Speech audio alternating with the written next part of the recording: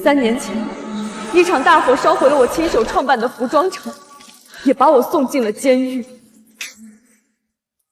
我出狱后才发现，家人，我祖传苏绣的名号，甚至那些跟了我多年的员工，全都落到了我徒弟手里。从今往后，我都将亲手夺回属于我的一切。师傅，苏绣的名号我替你接了。您刚出来不好找事做，我厂里还缺个扫地的阿姨，你明天就可以上岗。这3年你们没来看过我一次，现在还想要我苏绣的名号，你配吗？师傅，您现在除了这身旧衣服还剩什么？这3年要不是我和程远替您养着孩子，他们早就不知道在哪儿讨饭了。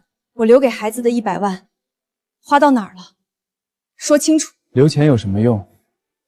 这3年陪在我们身边的人是李琦，你呢？你在哪？钱我会查，现在把我孩子叫出来，我看看孩子。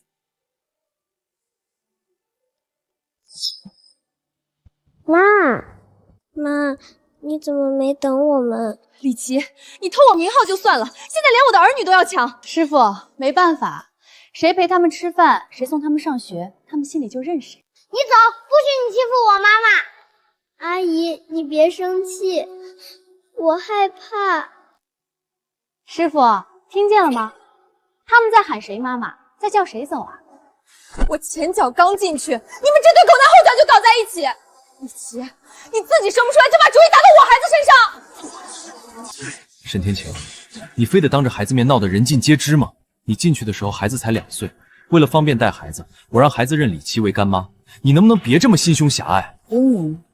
离婚吧，我看着恶心。我都还没给你提离婚，你凭什么先提？有区别吗？孩子在场，我给你们留最后一点面。沈天晴，合同我早就拟好了，等你上好户口就去民政局。你不配当孩子的妈妈。家里的锁我早换了，你要住就给我滚回老房子去住。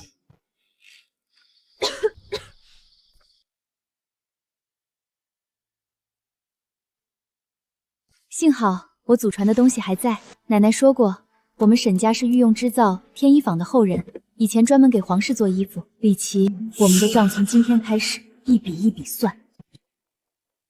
天晴，沈天晴，你在家吗？我听说你回来了，我找你有急事。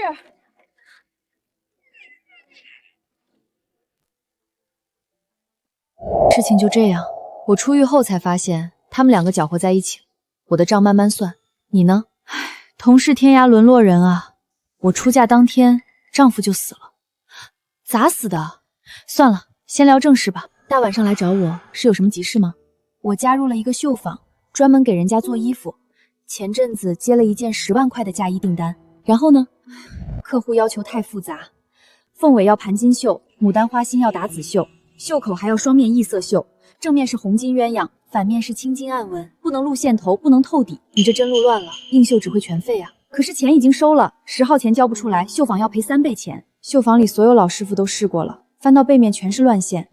今天7号就剩3天了，你们还能做出来吗？本来我们都准备赔钱了，可我去监狱汇款的时候，听说你出来了，就第一时间来找你了。原来这些年给我汇款的人是你。高中那时候我们毕竟是同桌嘛。这单我接，3天后我要让所有人知道我沈天晴还没废。天晴姐，你放心，钱我们1分不要，到时候全给你，只要不耽误人家新娘子的婚宴就行，那罪过可就大了。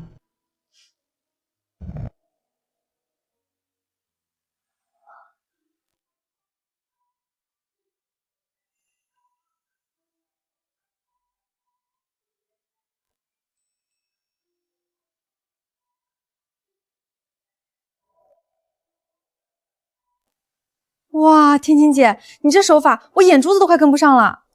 光靠这点还不行，3天内赶出来，得找几个人帮忙。行，我把绣坊的那几位姐妹都给叫上。太晚了，你先回去吧。我现在从你屋里出去，被人看到会说闲话。等早上大家都睡熟了再走吧，我先帮你打扫卫生。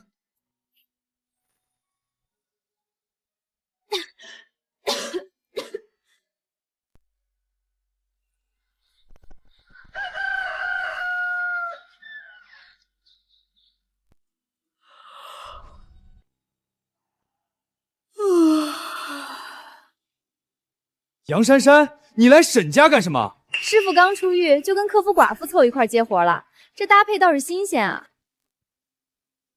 杨珊珊那件嫁衣都快赔钱了吧？怎么找她来了？没那本事就别乱揽活，不光要赔钱，还耽误了别人婚期，名声都臭了。沈天晴，你给我出来！谁允许你乱跟别人接活的？你还嫌不够丢人？赶紧给我出来！我知道你在里面，你马上给我出来！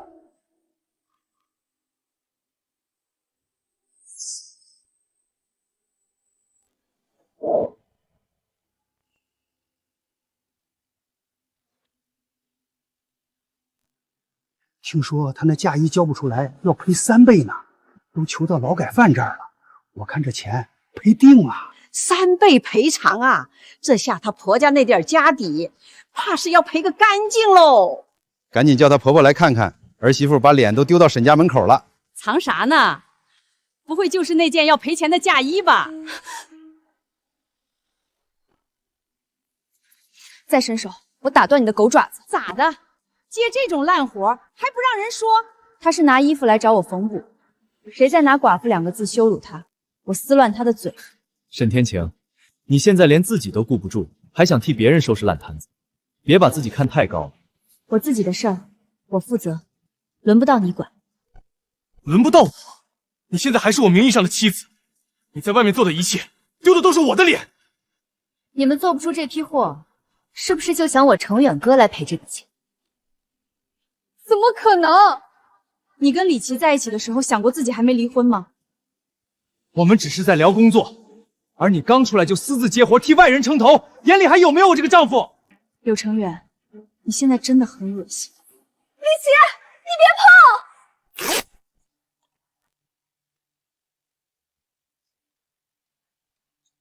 嫁衣没给人绣坏啊？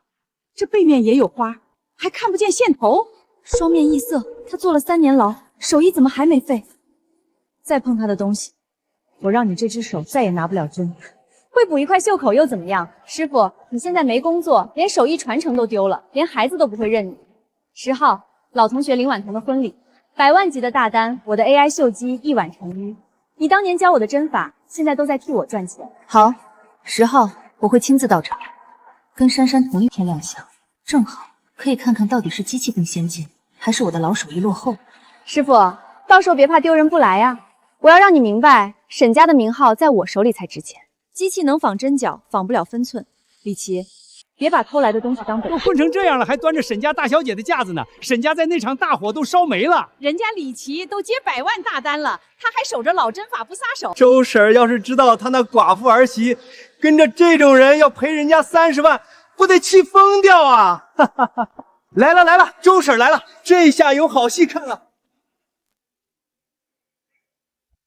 周婶儿，你可算来了！你这婶媳妇抱着嫁衣找劳改嘴帮她绣衣服呢。听说你婶媳妇还和别的男人不清不楚。嘴这么闲，怎么不回家管好自己那点破事儿？周婶儿，你怎么还护着她？周婶儿，我们也是怕你家被人看笑话呀。看笑话？珊珊是我让她来找人修嫁衣的，你们一个个听风就是雨，巴不得别人赔钱倒霉，良心呢？妈，别为了我跟他们吵。周婶护得这么紧，不知道的还以为沈晴天真能替你们赔这3倍钱。柳成远，你最没资格说他。你靠入赘沈家起家，现在又裹上李琦欺负沈天晴，还要点脸不？周婶，年纪大了，说话还是留点分寸吧。还有你，自己下不出蛋，就想惦记师傅的孩子，连人家的人生都想占干净。你比村口的大黄狗还烂。周婶，我警告你，说话给我注意点。滚！再多说一句，我就把你俩在山上小树林干的龌龊事儿全抖出来。沈天晴，你别以为有人护着你，你就能翻身。梁珊珊，你让沈天晴帮你，他现在自身难保，迟早赔得去捡垃圾吃。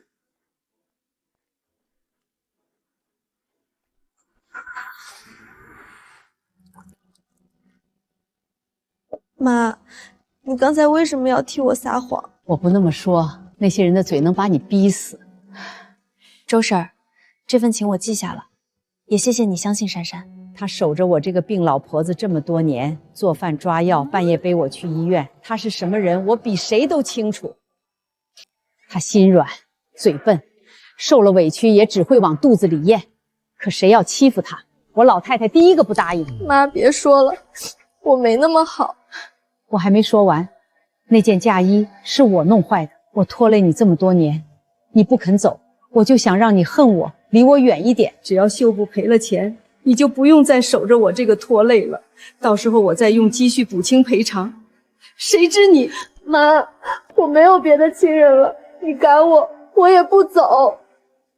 我们先看看嫁衣能不能在这2天内赶出来，这样就不用赔钱了。我年轻时也拿过针，要赶这件嫁衣，算我一个。好，现在绣房我要看料子和针路。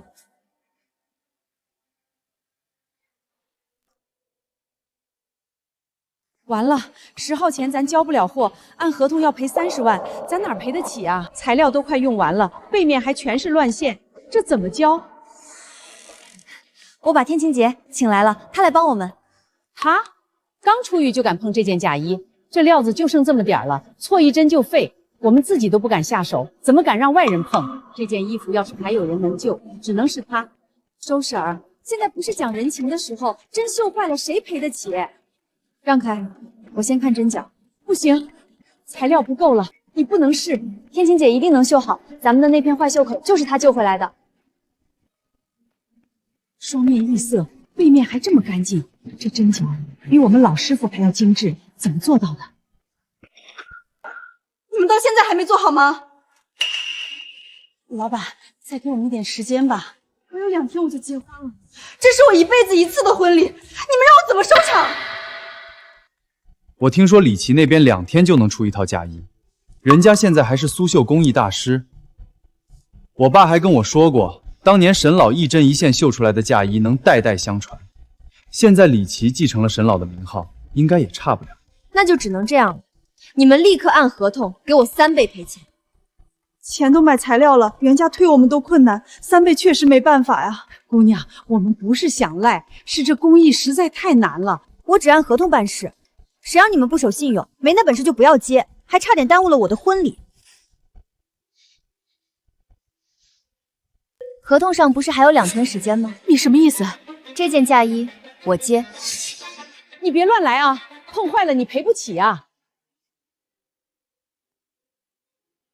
是不是乱来？看我这一针。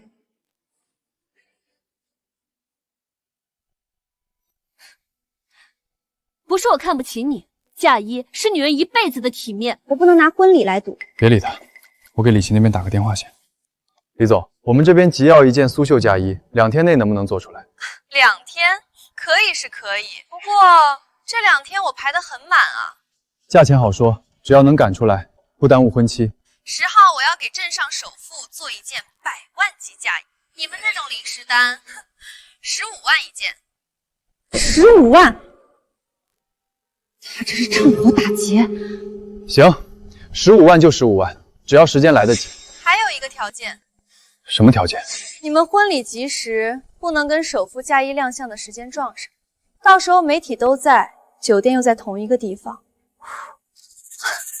我可不想让你们这边的动静影响我客户的心情。婚礼及时竟然也要我们改，愿不愿意随你们？2天内能做这种级别嫁衣的只有我。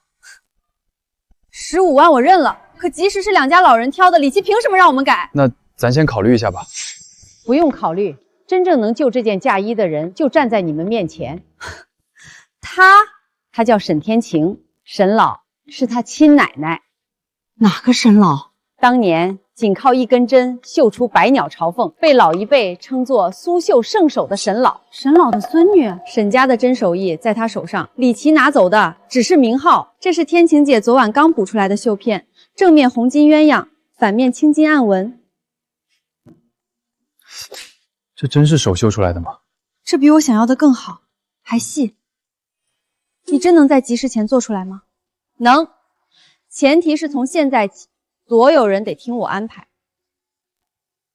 你真敢打这个包票？你们针路错了，凤羽盘金不能硬压，牡丹打子不能死堆，袖口双面异色，先藏线，再走暗针。对，难怪我们一直不敢起针。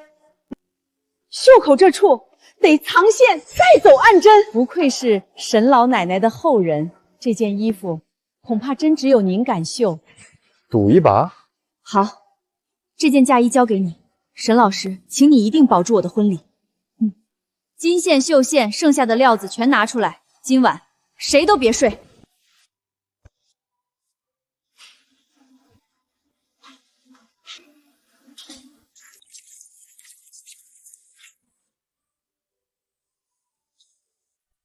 这针脚也太稳了吧！别说话，别打扰他。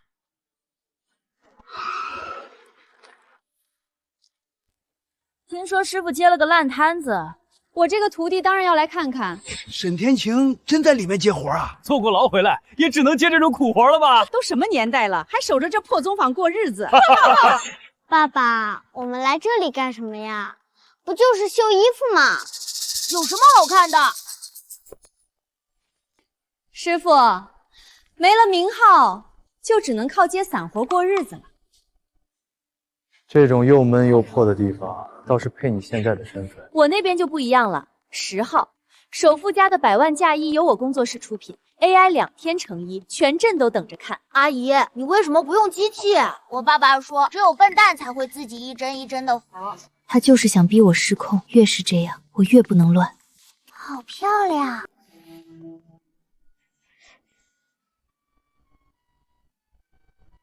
妈妈。看到没有，没本事的人才靠手去挣辛苦钱，你以后要站在上面，让别人替你做事。妈妈说机器一天能做好多件，这样一针一件缝太慢了。沈天晴，你以前好歹开过厂，现在守着破绣架，不嫌掉价啊？坐过牢回来还接这种活，传出去笑死人！怪不得家里人都不站他这边。闭嘴！你们懂什么？这叫苏绣，不是你们嘴里的破针线活。坐过牢怎么了？沈师傅这一手比我们这群人加起来都强。来看热闹可以，嘴巴不干净就给我滚出去！师傅，你以前不是最神气吗？现在怎么要靠一群绣娘替你出头？李琦，想激我，省省吧。你没事就别在这里耽误别人工作。行，我等着看你这双老手怎么输给我的百万嫁衣。该死，他竟然忍住了，怎么这都没能让他生气？请你们出去，天晴姐还要赶工，滚出去！别在这里碍眼。师傅，你还在装清高呢？你现在接的不过是我看不上的小单。李琦，你别再耽误天晴姐赶工了，请你出去。你们真以为他能救你们？客户认的是我这个苏绣工艺大师，不是一个刚出狱的人。珊珊，那客户不会真反悔吧？这单要是没了，我们连材料钱都赔不起。周先生，我是李琴，你们那件嫁衣，我现在愿意接。李总，你不是说必须改吉时吗？那是误会，及时照旧，我2天内给你们赶出来，20万，保证比他那件强。20万又加价了？15万是昨天的价，现在只有我能兜底，20万不贵。沈天晴刚出狱，你们婚礼这么大的事儿，真敢压在他身上？李总，我们已经见过沈老师的手艺了。手艺，他那套一针一线的老办法早就该被淘汰了。可他看嫁衣看的是针脚吉时和新娘的体面，你只看钱。这单我们不换人。你们想清楚，2天内能做出这种嫁衣的人，只有我。我们想得很清楚，就算你免费做，我们也不要。我们的嫁衣只会交给沈老师。你免费做人家都不要，你们就不要在这里丢人现眼了。请你们立刻出去。他们疯了吧？放着苏绣工艺大师不要，信一个刚出狱的人。他信的不是名号，是手艺。行，10号那天你们就会看到什么叫真正的差距。出去，别挡我光。走，这种低档次的东西看了脏眼睛。还看什么？走。天晴姐，你没事吧？没事。他越想看我乱，我越要把针走稳。怎么又断了？怎么会这么难？你针法不差，差的是心。什么时候心能静下来，什么时候才能学沈家的针法。天晴姐，你真的变了。现在的你比当年更稳，也更让人安心。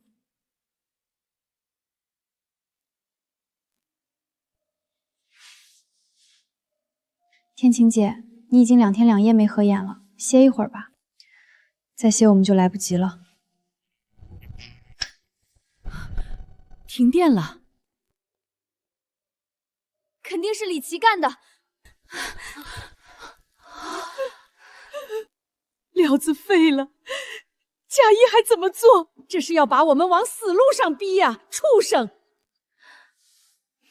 不能用了。我早说了没必要来看，他们连电费都交不起，针线都看不清，哪能做得出好作品？是啊，就他们这草台班子，要不是您非得来看一眼，我们连路过都懒得路过。我就是想看看，当年我妈花天价都没能从沈老奶奶手里订到的嫁衣到底有多了不起。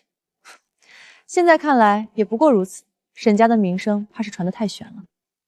说完了吗？10号一到，我的嫁衣亮相，你这边交不出货，就等着赔钱吧。说完就让开。走吧，没意思了，还真浪费我时间。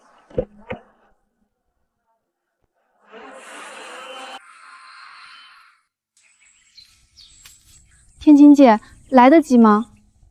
鸡汁红绸废了，就用天然蚕丝重新补。苏木出红，气草压色，矿粉稳金。也就你敢这么干，可你这身体扛得住吗？扛不住也得扛，接了单咱就必须按时交。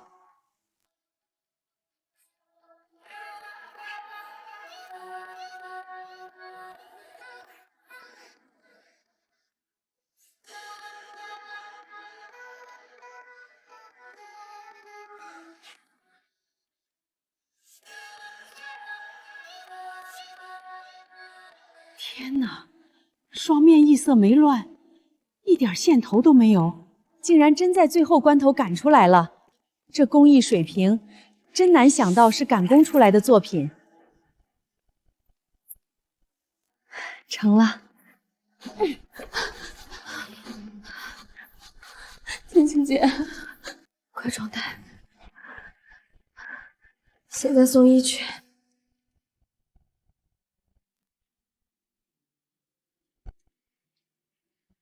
车借到了，只能骑这个。够了，走。你撑得住吗？嫁衣不到，我不能倒。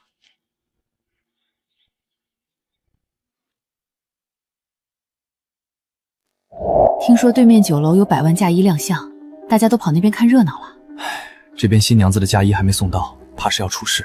还有半个小时仪式就开始了，嫁衣还没到，我这婚礼是不是完了？再等等，沈老师说会送到。这么赶出来的嫁衣能好到哪儿去？我已经不敢抱希望了。到了，换衣服，急事不能耽误。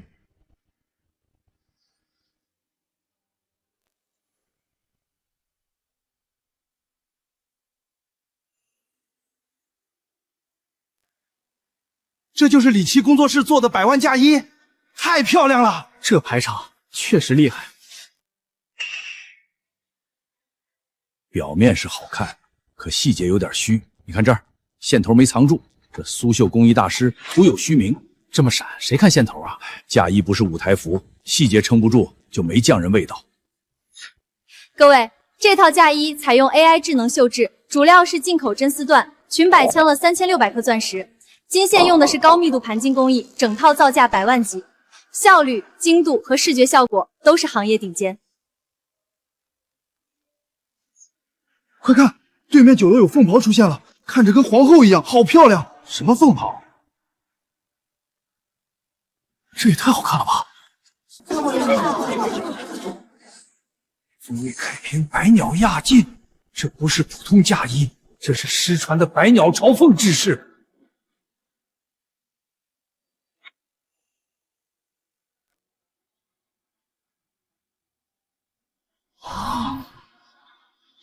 这才是嫁衣，这是沈老奶奶当年绝版的百鸟朝凤嫁衣，我竟然有幸还能亲眼看到。走走走，必须得近距离现场看看。我也去看看。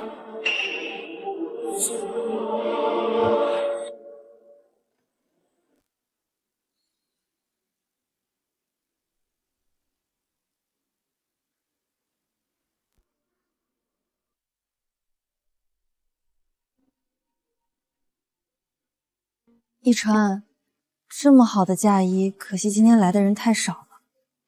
没人看见也没关系，今天你就是最可惜。真漂亮！我长大的时候能穿上这样的嫁衣吗？不就是绣花吗？有什么了不起？可是它好像真的在飞。沈月，你给我闭嘴！有你说话的地方吗？你再乱说话，就把你送走。天哪，这是什么嫁衣？也太美了！这辈子要是能穿一次这样的嫁衣，我都甘心了。双面异色异形绣，反面竟然真的没有线头，针脚沉稳，毫无浮现，暗纹随光而显。这是沈家真路，是真传。李琦，你能趁我不在占了飞衣名号，却夺不走沈家的传承。刘总，张夫人，婚礼还没结束，你们去哪儿？隔壁出了百鸟朝凤嫁衣，陈老都过去了，我们也得去开开眼界。李琦，我花了100多万让你做婚纱，你就给我做出这种效果，人都跑光了。林小姐，不可能，对面肯定用了灯光和噱头炒作，他们是在骗人。怎么回事？大家怎么都往那边跑？沈家真直，我倒要看看许清河凭什么压我一头。李琦、柳成远，跟我过去。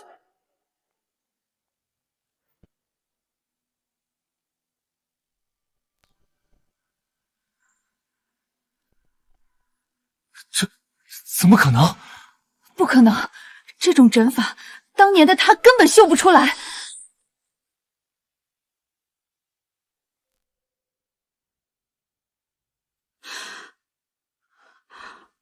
好美！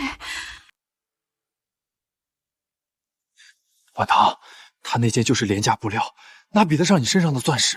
林大小姐那件不是号称100多万的高定吗？亮是亮，可钻太满，压住了衣服本身的美感。你看她那袖口是不是还有线头？花纹也死，一看就是机器压出来的。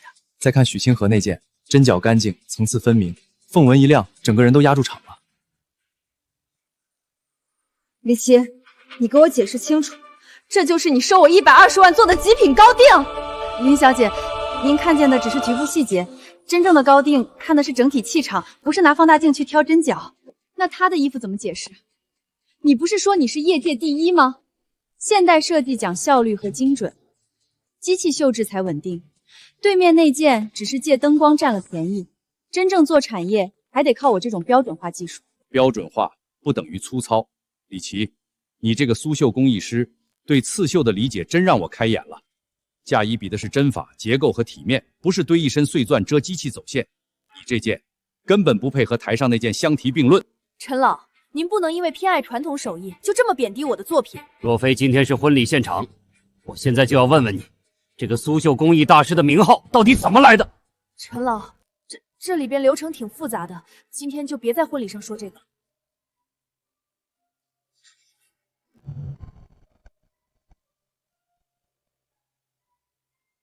许清河，开个价吧。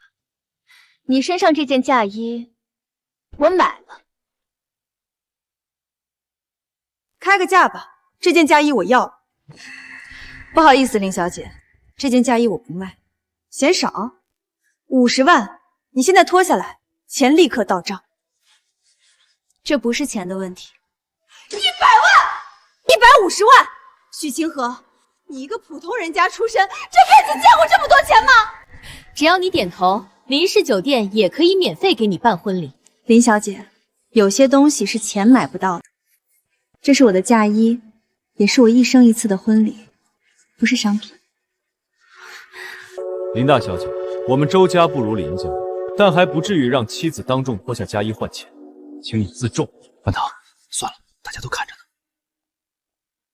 沈老师，谢谢您，没有您没日没夜赶制这件百鸟朝凤，我今天连婚礼都撑不下去。沈女士，这份恩情我们夫妻记下，以后只要您一句话，我们一定到。什么？这件百鸟朝凤是他做的？难怪陈老都看傻了，这手艺太厉害了。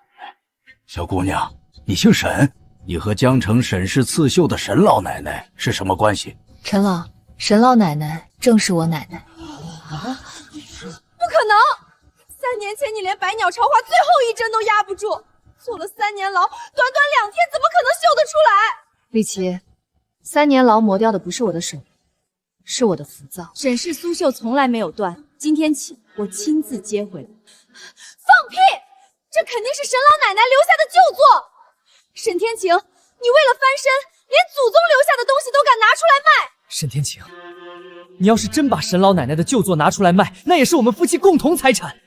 这笔钱，你别想一个人独吞。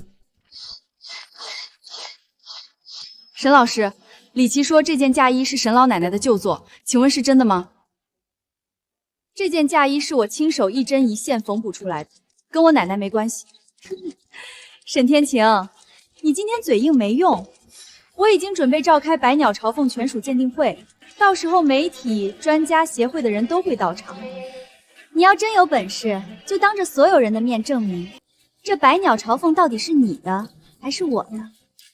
也不怕告诉你，已经有著名大导演决定和我合作，将以我非遗苏绣的名号去拍一部影片，这是你们这辈子都达不到的高度。沈女士，你将如何证明这件衣服是您自己缝补出来的？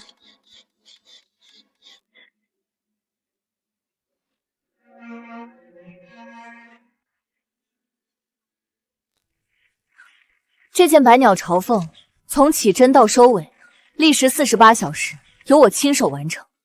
它不是旧作，它是我沈天晴送给新人的贺礼。亲手完成？沈天天，你坐了3年牢，脑子也坐坏了，2天不眠不休，你是神仙吗？大家别信他，他就是想借着奶奶的名头炒作自己。我能证明，这2天我们都和天晴姐在一起，我们亲眼看着她为了赶工，2天2夜没合眼，饭都只扒拉了几口，绣坊被断水断电，她就着蜡烛的光一针一线的绣。没错，沈家的藏风回雨针我们都认得，这件嫁衣上的凤凰淋雨用的就是最正宗的平乱针，除了沈家人，没人能绣出那种神韵，这绝不是旧作。旧作的丝线颜色会随时间微微暗沉，但这件嫁衣上的金丝银线光泽亮丽，是崭新的。你们这点眼力都没有吗？你们是被他收买了吧？他一个刚出狱的穷光蛋，能给你们什么好处？周太太，可否容老朽近距离看一眼嫁衣的细节？陈老，您请。李琦，你也是做苏绣的，难道看不出来吗？这凤凰的点睛之笔用的是半度针，这是沈老奶奶晚年才悟出的针法，为了让绣出的眼睛更有神采，收针时会留半根丝线的空隙，光线穿过方有流光溢彩之感。而沈天晴在此基础上将半度针与乱针绣结合，这凤眼之中的神采比沈老奶奶的作品更多了几分灵动和生气，这是青出于蓝，是创新。旧作怎么可能会有这种针法？怎么可能？他怎么会？这针法连我都不知道。就算是他绣的又怎么样？他坐过牢，没名号，没授权，他凭什么代表沈氏苏绣？你们结婚大喜的日子，穿一个刚出狱的人做的嫁衣，就不怕被人议论吗？沈老师不是罪犯，他是我的恩人。这件假衣没有晦气，它承载的是沈老师的匠心和善意，能穿上它是我的荣幸。李琦，我不管你和沈女士有什么恩怨，但今天是我和我太太的大喜之日，你再敢对我太太的恩人出言不逊，别怪我不客气。沈天晴，你很得意是吗？你以为你赢了吗？这件百鸟朝凤是你绣的又怎样？图样、针法、商标，3年前我就全注册了，现在它是我奇韵绣坊的知识产权。沈天晴，你动一针就是侵权，我能送你进去第一次，就能让你再也翻不了身。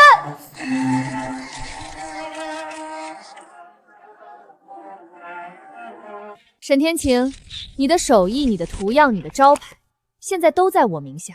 你熬2天2夜，不过是在替我证明它值钱。许小姐，你犯不着替他出头，钱给我，我随时给你做同款，还有量产。我的 AI 模型一直在学你的针法，你一双手再快，一辈子能绣几件？最多2天 ，AI 就能复刻所有细节，上百台机器同时开工，你拿什么跟我比？所以从今天开始，你不许再碰苏绣，你碰的每一根线都是侵权。许小姐身上这一套也属于我李琦，要么脱下来，要么付500万授权费。李琦，你还要不要脸？这明明是沈老师的心血，你怎么能无耻到这种地步？规则就是这样，谁先拿到证书，谁就拥有话语权。怪只怪你们太蠢。从法律上讲，如果专利确实在他手上，这确实是这个样子。知识产权是现代商业的命脉啊！这不是规则，这是明抢！你抢了天晴姐的东西，还要反过来告她！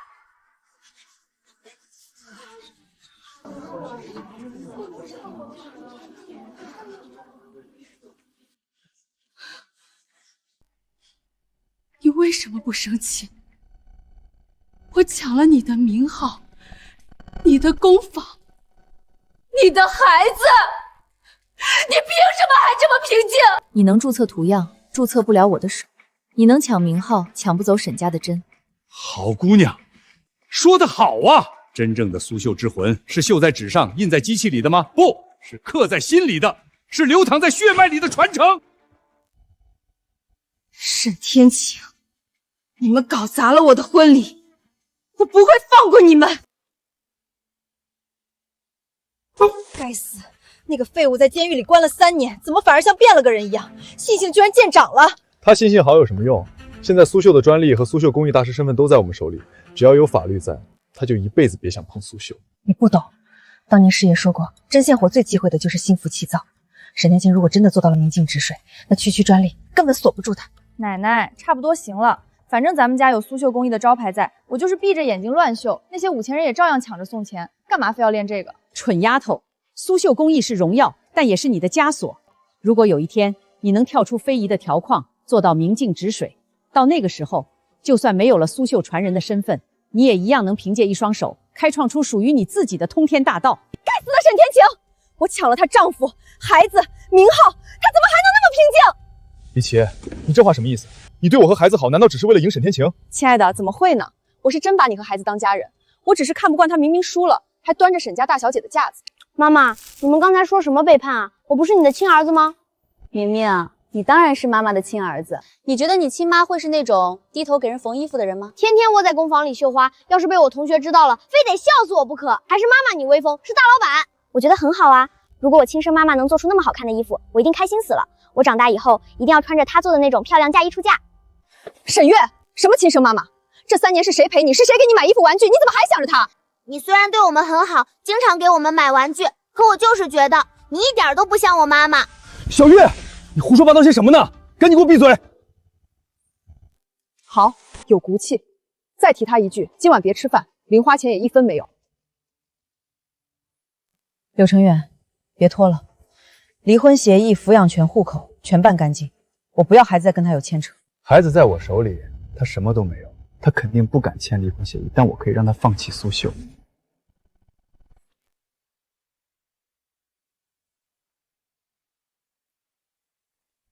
沈天晴，起来！一件嫁衣让你出了点风头，你还真以为自己是以前那个高高在上的沈家大小姐了？谁允许你在外面接活的？从现在开始不准接活！柳成远，你太过分了吧？你凭什么管天晴姐接活？过分！沈天晴现在还是我名义上的妻子，她做什么见什么人都得先经过我。这是离婚协议，我已经签好字了。如果不听话，就只有净身出户，别再给这个家丢脸。协议是上个月3号打印的，那时候我还在牢里。柳成远想算计我，至少把时间对齐。少给我扯这些！你现在没名声没孩子，你敢签吗？不敢就老老实实给我在家待着。拿孩子威胁我，柳成远，你也就这点本事。签好了，现在出去。沈天晴，你就这么签了？孩子、房子，这个家，你真不要了？我的孩子你们骗得了一时，骗不了一辈子。你还真以为自己能翻身？李琦已经开始疯了，很快你连一根线都买不到。到时候别说孩子，你连这个破工坊。说完了吗？说完就。沈天晴，你马上就会知道，离了柳家，你连站着说话的资格都没有。天晴姐，你别一个人扛，我帮你。不用替我挡刀，站我身边就够。我妈说再干1个月没起色，就让我去电子厂，守着绣架，连饭都快吃不上了。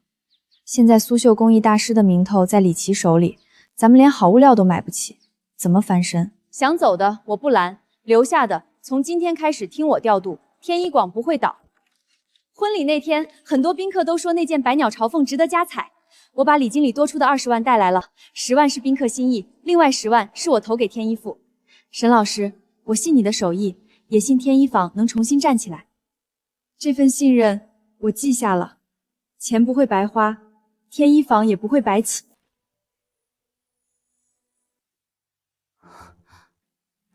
几位想看点什么？我们店里的料子可是全城最好的。老板，最好的金线和云锦红绸拿出来。哎呦，这位师傅真是好眼光，一看就是行家。稍等。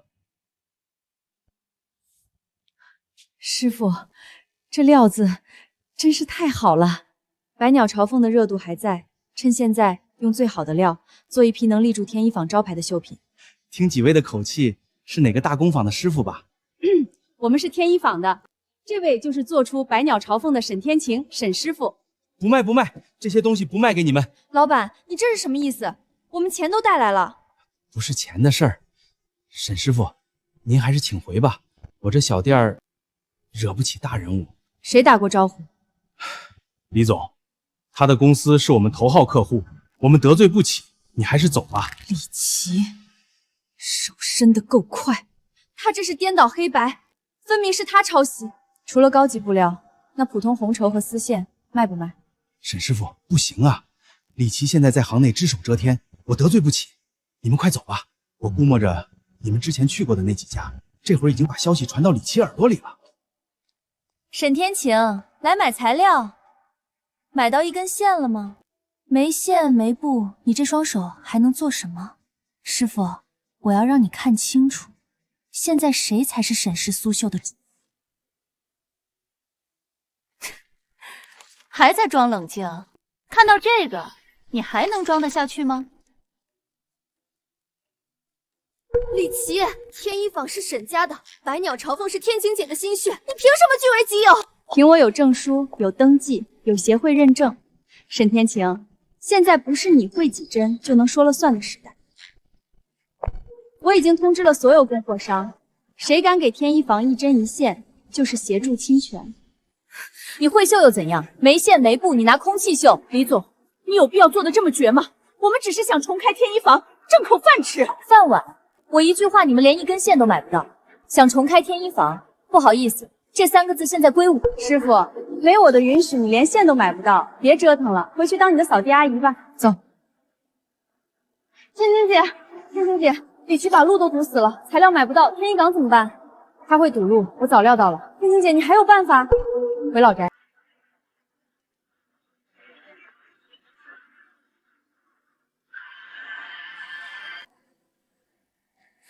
李琦手里拿的是商标，但他忘了天一坊这块招牌是御赐的。张导，等今天全属一确认，百鸟朝凤就是我工作室独家。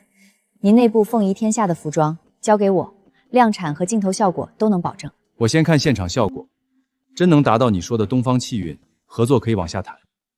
张导放心，今天不只是鉴定会，也是我们给剧组看的合作发布会。等模特一亮相，您就知道传统手绣早该让位给现代工艺了。各位来宾，各位媒体朋友，欢迎来到百鸟朝凤全属鉴定会。我手上有证书、商标、专利和图样登记，白纸黑字证明百鸟朝凤的合法权属人是我李琦。李大师，可据我们所知，百鸟朝凤是沈氏苏绣的传家之宝，您如何解释这件事？沈氏苏绣已经是过去式了，是我用现代管理和法律登记，把这门手艺重新变成产业。王教授，您是业内的泰斗，从法律和专业的角度，您怎么看？从现有法律文件来看，李琦女士确实拥有百鸟朝凤和天一发的相关登记权属，这些手续是完备的。说到侵权，我今天就要在这里点名一个人，许清河小姐。李琦，你什么意思？你妻子婚礼上穿的是我拥有权属的百鸟朝凤嫁衣，立刻归还嫁衣，全网下架视频，否则律师函和500万赔偿一样都少不了。你无耻！那明明是天晴姐亲手为我绣的。沈天晴，一个连商标都没有的绣工而已，她有什么资格碰我的专利？各位，传统手艺耗时耗力，价格昂贵，但我李琦已经解决了这个难题。各位看到了吗？这就是李大师的百鸟朝凤，太适合上镜了。关键是大师说了，机器人批量生产，1周就能出货，剧组服装量也能跟上。李大师，我们公司预定100套，我们也要50套。沈前天会绣一件又怎么样？累死累活几个月，还不够我们1分钟的订单。他早就被时代淘汰了。我正式宣布，从今天起，未经我工作室授权，擅自使用百鸟朝凤、天一坊、沈氏苏绣名号和图样的，我都会追究到底。李琦，你问过沈家祖宗了吗？沈天晴，你大费周章的跑来，就为了拿个老古董吓唬人？现在是法治社会，是科技时代，你以为演古装剧呢？就是拿个破卷轴当宝贝，沈家真是穷疯了。沈天晴，别在这丢人现眼了，赶紧出去。沈女士，我是江大知识产权法的王教授，在现代法律中，权属鉴定看的是国家版权局的登记文件，而不是看什么祖传物品。李琦女士已经合法注册了专利，你拿这些是没用的。王教授，我拿出来的是李琦恶意抢注、剽窃沈家传承的铁证。这是皇帝御赐沈家先祖的圣旨，上面写的清清楚楚，御赐天一坊，并特赐沈氏苏绣为宫廷御用。这是沈家世代相传的天一谱，里面不仅有百鸟朝凤的原始纹样，更有历代祖先手写的真录笔记，详细记录了百鸟羽毛的每一帧走向，还有这些百年旧绣样，大家可以对比一下，上面的凤纹针法是不是和李琦声称原创并注册的图案高度一致？这是失传的双面苏绣神针真录，没错，这是真正的沈氏绝学。李琦那台机器绣出来的东西，连这上面的1成功力都没有。李琦女士，如果陈大师和沈天晴女士出具的这些文物及旧谱属实，那么根据我国法律，你的登记行为存在极其严重的在先权利争议，涉嫌恶意抢注他人家族传承的非物质文化遗产。够了！光凭一个伪造圣旨和几张烂纸能说明什么？如今沈家就剩你一个坐过牢的人，你连名号都没有。沈氏苏绣早就失传了，我的机器人1周就能产出货，你空有图样，却一件都做不出来。在这个时代，做不出来就是垃圾，你拿什么跟我争？谁说我做不出来？珊珊，让他们看看什么才是真正的传承。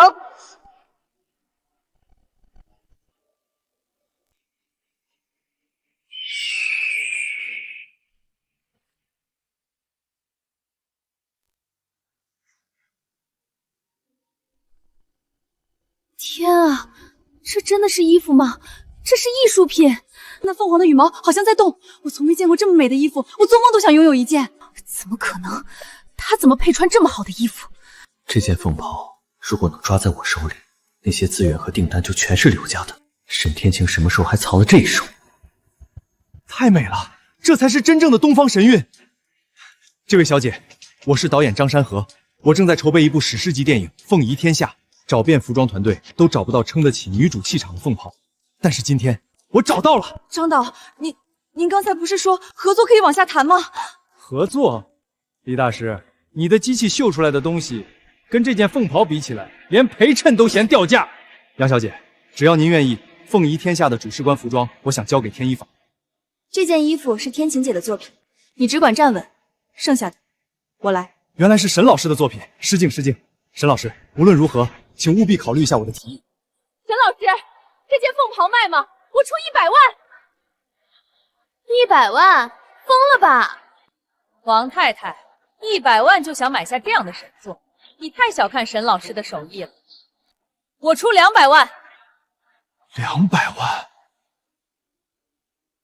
我出250万，我要把它定为新片主视觉服装。300万。沈老师，这件凤鳞山河我要定了。不可能，这绝对不可能！假的，都是假的！300万买一件粗制滥造仿冒品，你们都疯了吗？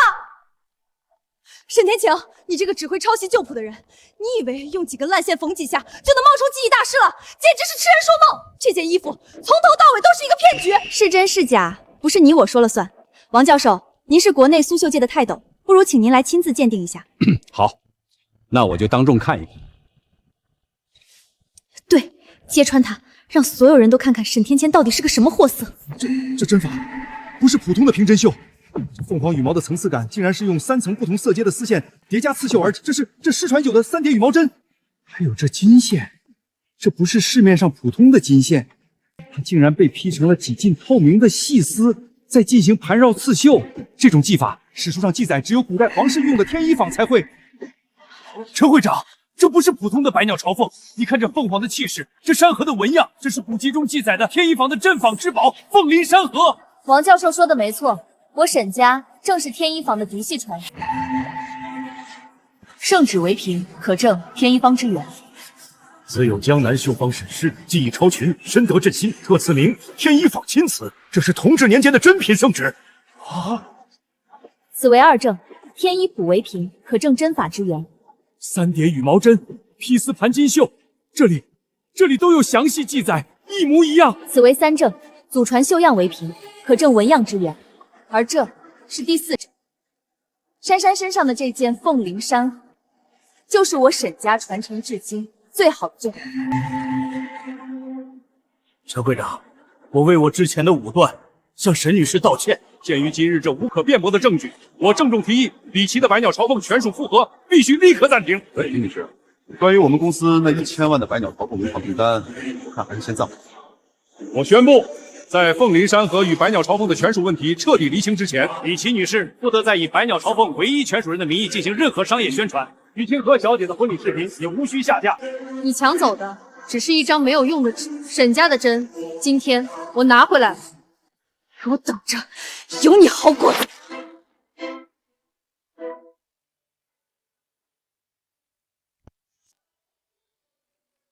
天晴姐，火了，我们彻底火了！慢点说，什么事儿这么激动？你看这些，全都是订单。自从发布会之后，我们的凤灵山河在网上传疯了，好多大老板都在抢着打电话下单。我们的账上现在有多少钱？我刚算过，之前那笔订单的20万尾款到账了，青回姐又给我们投了10万块，再加上这些预款，姐，我们账上现在有50多万了，整整50多万啊！他太好了，但是光有订单还不够。珊珊，你去把姐妹们都叫过来。姐妹们，今天叫大家来，是想跟大家商量一件事。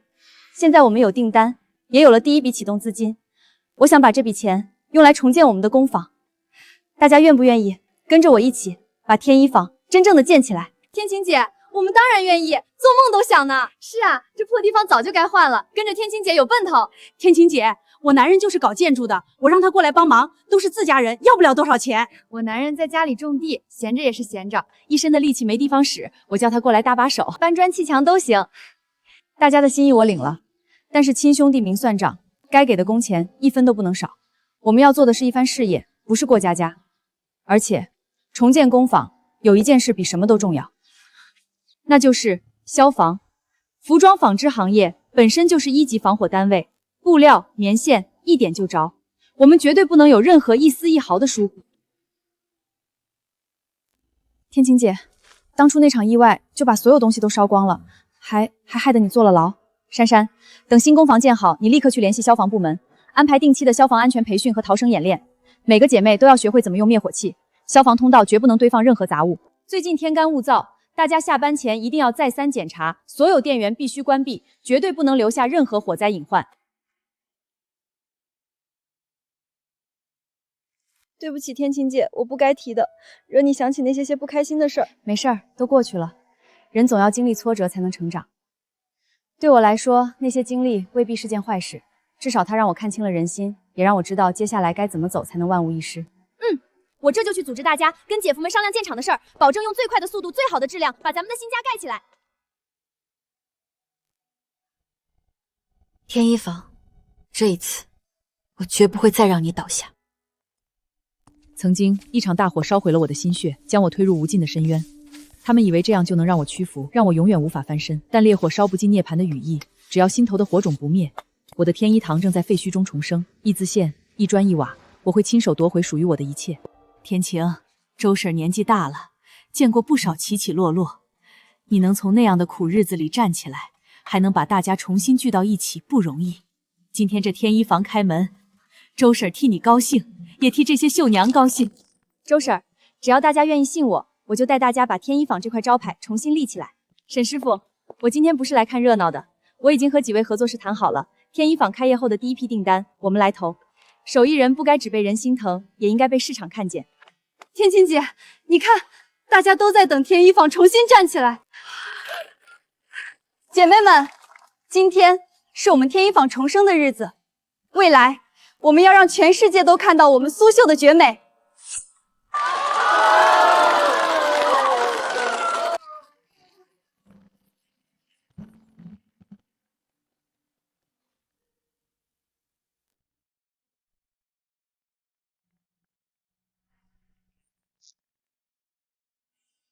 见鬼了！今天又有3个老客户说要暂停合作，一个个嘴上说考虑，实际就是看沈天晴那边起来了，想观望。你还有心思管客户？你看看这个，天一坊都挂牌了，你不是说让他别碰苏绣吗？我怎么知道他还有这个本事？他明明一个什么都没有的劳改犯，凭什么起家？他什么都没有，现在订单、人脉、孤坊全起来。柳成远，你连自己的前妻都压不住，还指望我怎么信你？你少把责任都推给我！要不是你在鉴定会上丢了脸，那些客户会动摇。我丢脸？当初是谁信誓旦旦说他一出来就是个废人，孩子、钱、房子全在你手里，任你拿捏的？难道就我一个人的问题吗？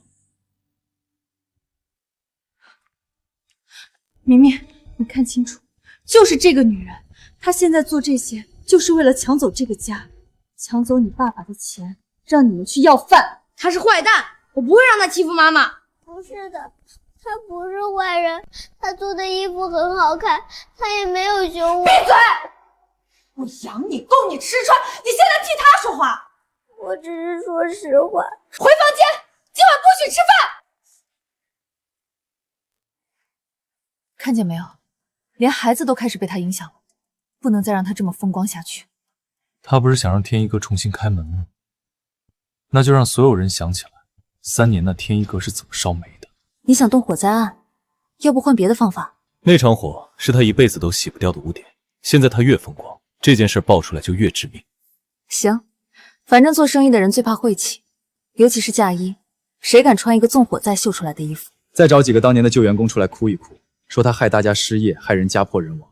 他的天一坊刚开门就得关。正好，林婉堂家里有媒体资源，他婚礼被沈天晴抢了风头，正憋着火呢。把料给他，他一定愿意帮忙收拾他。沈天晴想翻身，我就让他再摔回去。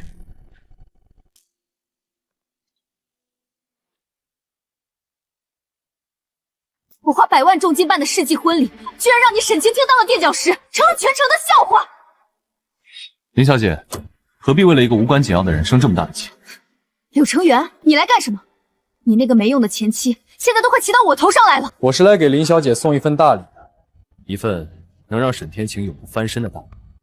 他沈天晴可不是什么清清白白的天才秀，他就是个劳改犯。当年因为他疏忽大意，一场大火害死了好多人。纵火，要是让他那些客户，让那些准备捧他的投资人知道他过去这些烂事，林小姐，你说他的天一坊还开得下去吗？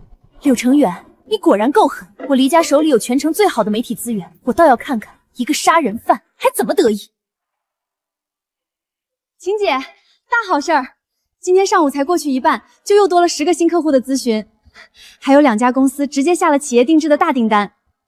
大家都辛苦了，记得让他们注意休息，质量是第一位的。还有更厉害的，之前我们联系的那个张大导演，他的助理刚才来电话说，张导过几天要亲自来我们工坊考察，如果想中了我们的工艺，不止电影的服装全部交给我们，甚至还要请人演女主角。行了行了，天大的好事儿也得先吃饭，活是干不完的，可不能饿着肚子干。晴晴、珊珊，你们俩也快过来吃。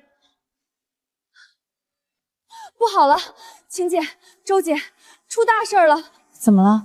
慢慢说。外面来了一大群人，堵着我们的门不让开张。他们说他们是当年火灾受害者的家属。大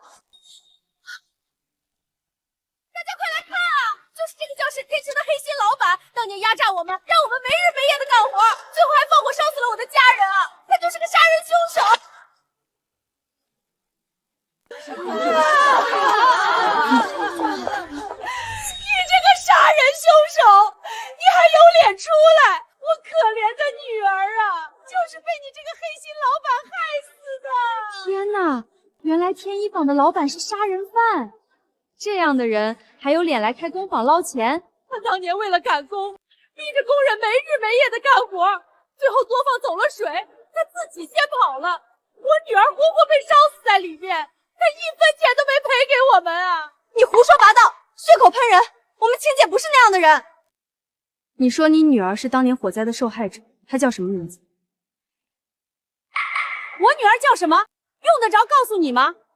你害了那么多人，还想一个个对名字赖账？当年所有受害者家属，我都一一登门拜访过，每一户我都记得，你我没见过。他还想赖，他害死我女儿，现在还说不认识我，没天理呀！他说的没错，沈天晴当年确实害了不少人。李琦，果然是你搞的鬼。师傅，别急着给人扣帽子，当年那些事，难道不是你自己做的吗？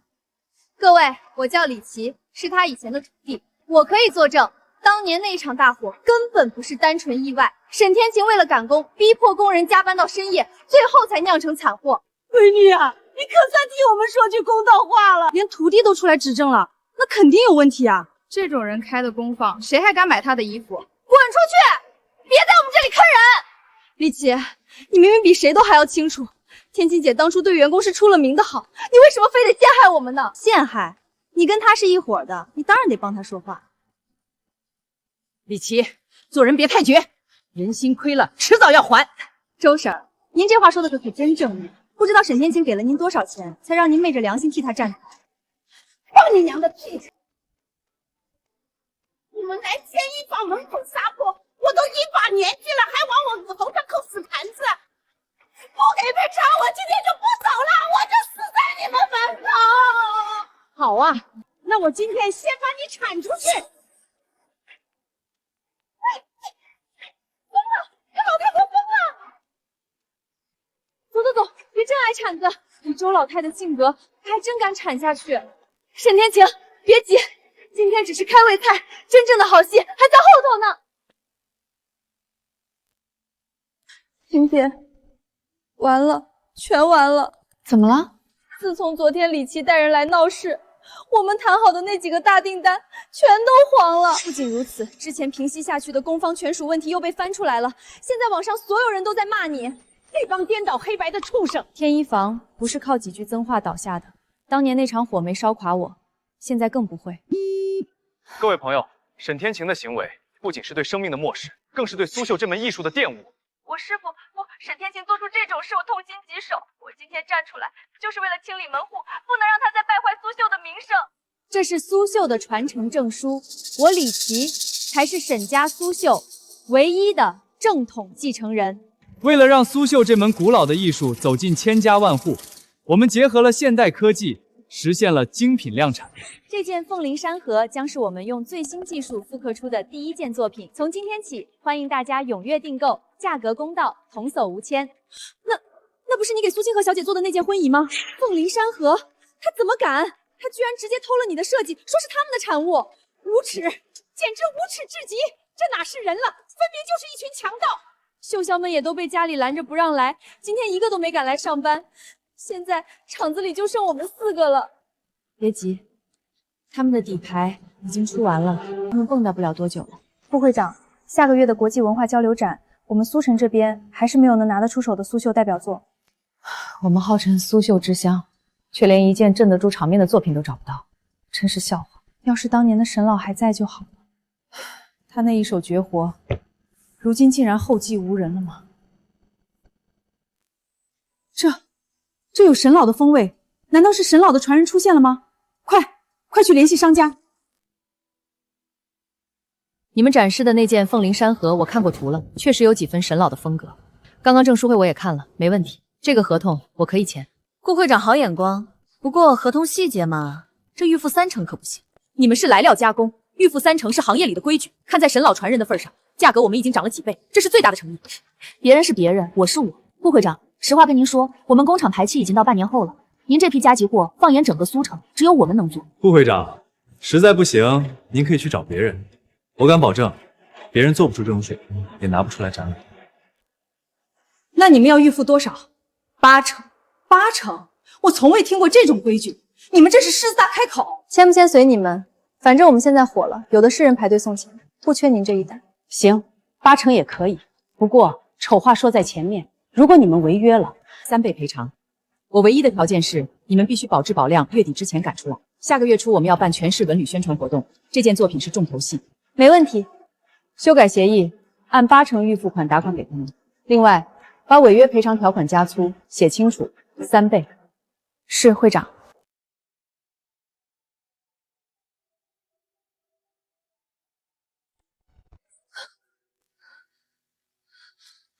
秦姐，别走正门，快，我们走后门。怎么了？外面围了一大群人，黑压压的，看着就不是善茬，搞不好又是来闹事要赔偿的。万一他们动手伤到你怎么办？是福不是祸，是祸躲不过，我们不能一遇到事情就躲。我也想知道，这苏城究竟哪来的那么多受害者？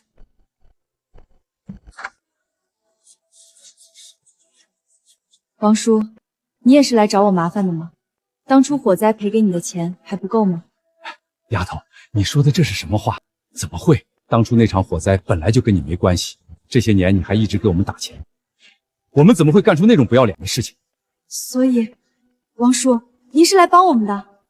不止我，当初厂里受了你恩惠的老员工今天都来了。丫头，我们都看新闻了，那帮畜生那么欺负你，我们实在看不下去了。我们不能眼睁睁看着你一个人被他们踩死。这些年工坊没了，您还每年都给我打一笔钱，我实在受之有愧。怎么会？你为工坊尽心尽力，那都是你应得的。不是的，沈总，其实当年火灾发生那天，我亲眼看到柳成远在仓库里抽烟。我3令5申，车间内全是丝线布料，严禁烟火。你当时为什么不给我打电话？因为李琦当时也在，他们2个在仓库里干那些见不得人的事情。沈总，你当时身体不好，我怕这种破事刺激到你。成远哥，在这里抽烟会不会不安全啊？怕什么？也就沈天清那个臭女人管东管西，她以为她沈家大小姐了不起。所以那场火灾就是因为那个烟头。王叔，你知不知道，因为你一时的犹豫，秦姐替他们背了多大的黑锅？当初坐牢的就应该是他们，这2个遭雷劈的畜生，丧尽天良。都过去了，晴姐，现在追究谁的责任已经没有意义。我们目前更重要的是朝前看。至于火灾的真相，我会亲自去查清楚，让该付出代价的人一个都跑不掉。沈总，是我对不起您，为了赎罪，我愿意留下来帮您，您就算不给我开工资都行。是啊，沈总，我们也愿意留下来。我们都想明白了，找遍整个苏城也找不到比您更好的老板了。我们愿意跟您一起把天一坊重新做起来。好，工资照发，1分都不会少。你们都是有几十年手艺的老秀婆，是天一坊的根基，有你们在，我们天一坊就一定能重新站起来。沈师傅，看来我来的正是时候啊！网上那些脏水，我一个字都不信。你是什么人，我比他们清楚。上次清河婚礼，要不是你那件嫁衣，我们周家脸都丢尽。正好我爸那边有一批国风礼服订单，原本要交给外地厂家做，我想拿来给天一坊包工包料，先做3000套。张姐，这几针牡丹的渐变线用的太紧了，丝线稍一点，花瓣才有灵性。哎呀，还是沈总眼尖，我这就拆了重绣。大家先歇会儿吧，我买了鲜肉月饼和奶茶趁热吃。周家这批单子赶得急，辛苦大家了。谢谢沈总，我这肚子正叫呢。沈总，网上那些人骂您黑心老板，我听着真憋屈。您对我们什么样，我们心里都有数。就是，加班费1分不少，谁家里有难处，您还先垫钱。李琦凭什么在网上胡说八道？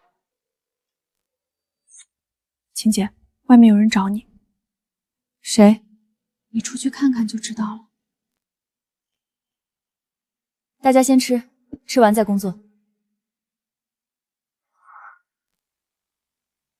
不行，咱不能光吃沈总的东西，让他一个人在网上挨骂。对，咱们都是天一坊的老员工，谁最有发言权就是咱们。录视频，实名作证。我是天一坊老员工，我实名证明，沈天晴从来没有拖欠过我们工资，更没有压榨员工。李琦在网上说的那些全是假的，沈总平时怎么对我们天一坊所有人都能作证。实名举报李琦造谣诽谤，当年的火灾跟沈总一点关系都没有。光举报不够，网上造谣也是违法的，我报警。喂，警察同志，我要报警，有人在网上恶意造谣，污蔑我们老板和工坊。你怎么来了？妈妈，妈妈，月儿，你认出妈妈了？你果然才是我的亲妈妈，家里那个妈妈是坏人。他们是不是欺负你了？没有，他们没有欺负我，也没有打我。妈妈，你不要去找那个假妈妈的麻烦，她会打你的。我的乖女儿，你怎么这么懂事？都怪妈妈，是妈妈没用，没能好好陪在你身边。孩子太懂事了，他怕我去找麻烦吃亏，才故意撒谎。柳成元、李琦，你们敢这样对我的孩子，我绝对不会放过你们。沈月，你给我回来！谁让你来找这个劳改犯的？她不是劳改犯，她就是我妈妈，我都听到了。成远，这次文旅协会的1000万大单我们拿下了，以后就要发财了。还不是你厉害？就是沈月那个小丫头，真是个养不熟的白眼狼，给她吃给她喝，心里还向着沈天晴那个贱人。既然已经离婚了，那2个孩子的名字也该改回来，省得以后别人还以为他们跟那个劳改犯有关系。既然你都听到了，那我就跟你明说了，她确实是你亲妈，但她是个坐过牢的坏女人。你跟着她就不怕同学都嘲笑你？我不怕。柳成远，你有什么冲我来？你竟敢这样欺负我的女儿！这笔账我会一笔一笔跟你算清楚。跟我算账？沈天晴，你刚从牢里出来，一穷二白，拿什么跟我斗？法院已经把孩子的抚养权全都判给我，就算他认你又如何？女儿只能跟我走。沈天晴女士，根据法院判决，由于您刚出狱，无稳定工作及收入来源，不具备抚养子女的条件，目前沈月和沈明的抚养权都归柳成远先生所有。沈月，给我回来！你不回来的话，连弟弟都不要了。你看看你妈，她现在连自己都顾不上，她养得起你吗？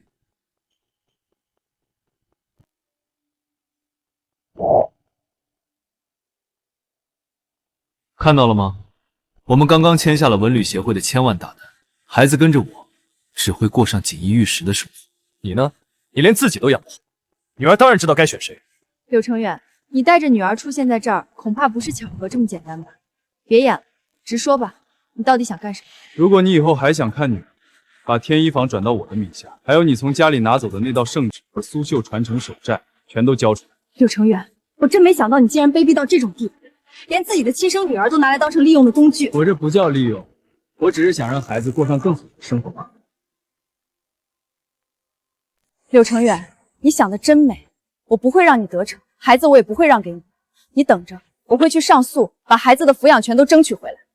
还有当年的火灾，我也会一五一十的查清楚。这件事跟你绝对脱不了干系。事实那么清楚，你查他干什么？你疯了？随便你去查，你能查出什么？你作为公司法人，出现火灾不是你坐牢谁坐牢？你以为我什么都不知道吗？当初我太天真，为了孩子不想牵连你，现在不会。沈天晴，有本事你就去查！我告诉你，你什么都不会查到，你也永远别想再看到孩子。月儿，再等我一段时间，妈妈一定会把你们接回来，一定。天晴，天晴，反转了！网上的评论全都反转了。什么反转了？你看，你发了视频之后，咱们天一坊以前的员工们全都站出来用实名帮你作证了。他们说你才是受害者，舆论彻底反过来了。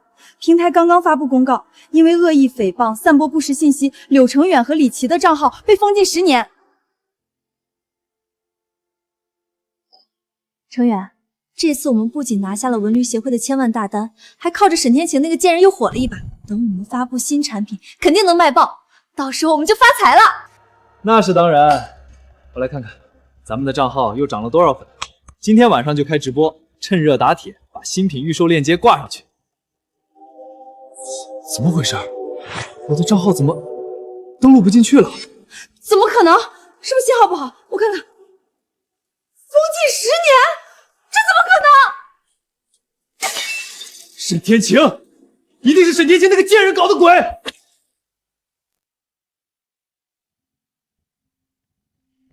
沈老板，周总，许小姐，你们怎么来了？是订单有什么问题吗？天晴有点麻烦，我们那3000套国风礼服的单子必须提前交货。提前？不是还有1个星期的工期吗？现在就要？必须在3天之内完成，我的合作商就要验货入仓。3天之内赶出来？我们还剩500多件呢，这怎么可能啊？是啊，我们这刚复工，好不容易有点起色，这要是交不出来，口碑不就又垮了？徐总，能告诉我为什么这么突然吗？李琦到处把你的事情宣扬出去，又说你们诈骗预付款，导致我的合作方很担心，所以才提出要提前验货。这个李琦真是阴魂不散，他就是想看我们死。大家静一静，听我说，这单我们非但不能丢，还要做得漂漂亮亮。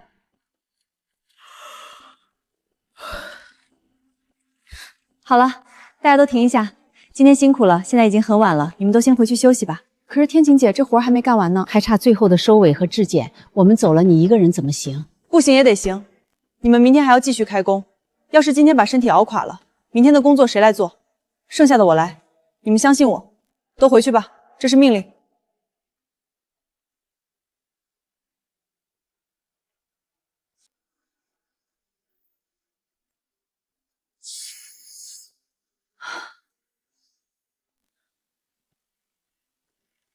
你们怎么回来了？不是让你们回去休息吗？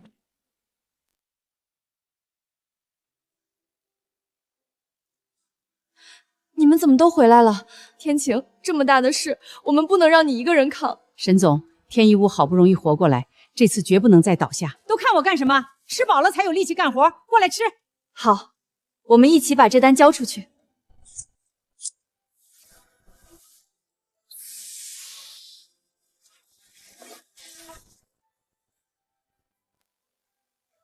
周总，一晚上赶出3000套，这质量能行吗？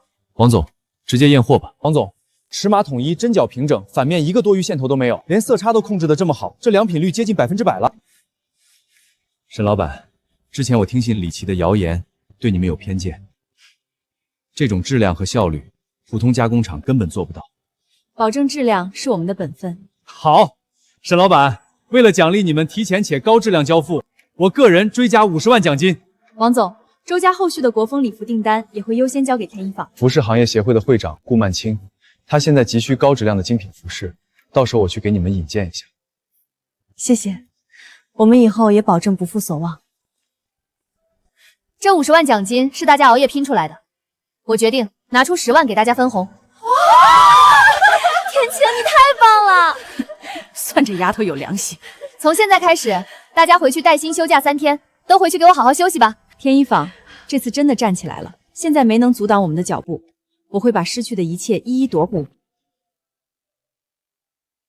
给大家放了3天假，休息1天后，闲不住的我还是来了工坊，想着趁没人，把昨晚留下的碎布袋和线条清一清。哟，这怎么连个鬼影都没有？程远，你还看不出来吗？这天一坊啊，怕是连工人的工资都发不出，人都跑光了。昨天赶工累了，今天我给全场放假，有话快说，有屁快放。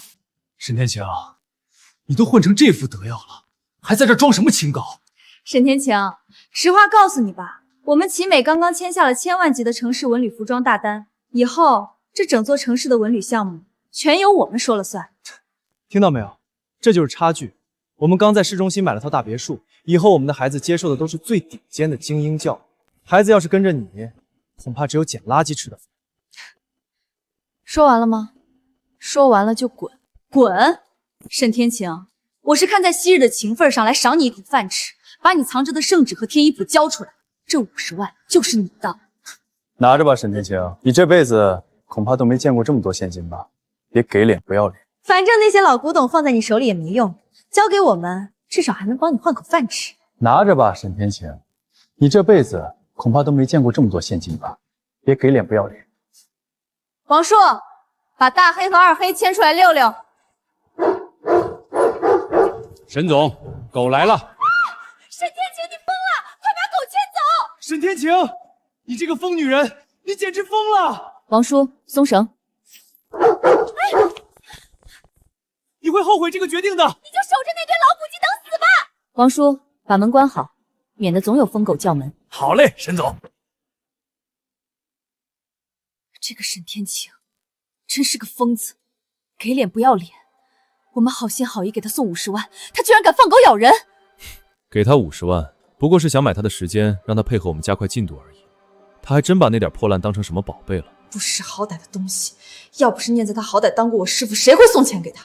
你放心，就算没有他，多花点时间 ，AI 肯定能学会并且完美复刻出来。到时候他的那些所谓的祖传手艺，一文不值。喂，顾总，你好，你好。刘总，我就是想问问，我们那个文旅项目服装的单子到底怎么样了？都过去这么多天了，我们的货很急，想知道具体进度。顾总，您放心，一切都在我们的掌控之中，已经筹备完毕，马上就可以投入生产了。马上？这么多天过去了，你们都干嘛去了？怎么还在筹备阶段？你们到底有没有把我们的项目放在心上？哎呀，顾总，我们这可是高科技生产，我们的大模型还在学习分析最核心的工艺阶段，只要分析一结束，保证效率，要不了几天就能全部给您生产出来。大模型？什么 AI 大模型？我找你们是看中你们宣传的沈家百年工艺，你们不是说自己是沈老传承人吗？怎么还用上 AI 了 ？AI 做出来的东西质量能过关吗？我们这可不是一般的义务，这是要代表城市形象做文旅宣传的。顾总，只要能按时交货，质量没问题不就行了？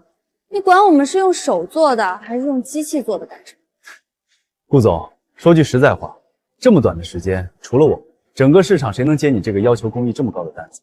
你要想提速也不是不行，但是得加钱。什么？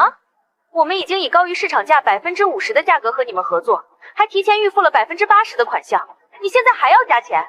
没办法，顾总，谁让我们的厂子订单已经排到半年后了呢？为了您的单子，我们可是推掉了好几个大客户，已经是插队生产，这加班加点的成本自然就高了。行，这个项目对我们至关重要，我真的很急，我再给你们追加100万，但你们必须保证准时交货，质量绝对不能出问题，否则按照合同3倍赔偿。没问题，顾总你就放100个心吧。老公你真厉害，你看那个顾总，再大的公司老总还不是认我们男人。那是自然。走，去车间看看，我们的 AI 大模型把那老婆子的手艺学得怎么样了？这几天你都有盯着吧？那当然，看了，我一直都有关注着，你就放心吧。学不会，根本学不会，他的织法走线完全不符合逻辑，这要怎么控件模型？这就是你说的一直关注柳成远，怎么会是这个样子？刘总、李总，不行啊，这个沈氏织法太邪门了，他的走线和刺绣针法完全是反常规的，我换了好几个 AI 大模型都模仿不出来。我花大价钱请你来，不是让你跟我说学不会的。那这也不是我能控制的呀，他的数据模型就是无法建立。那顾曼西那边怎么交代？3倍赔偿啊！一群废物！柳成远绝对靠不住，立刻寻找合适的工坊。一定要手工绣，最次也是用缝纫机，绝对不能用机器人批量生成。顾总，那您还给他涨价？他如果完得成，这个钱让他拿也无所谓；如果完不成，提高的价格也是3倍赔偿。顾总，最近圈子里出现了一个新闻，有个刚成立的小作坊完成了周一川的加急订单。他们其实之前也推荐给我们过，只是因为工坊太小，而且深陷舆论风波，就没有考虑他们。估计又是赶工低质量。我们是打造城市文旅品牌，必须要高质量精品。听说他们的良品率几乎100%，而且做工非常不错。当时周总还额外奖励他们50万。顾总，您看看图。立刻去联系这家工坊。不，我亲自去。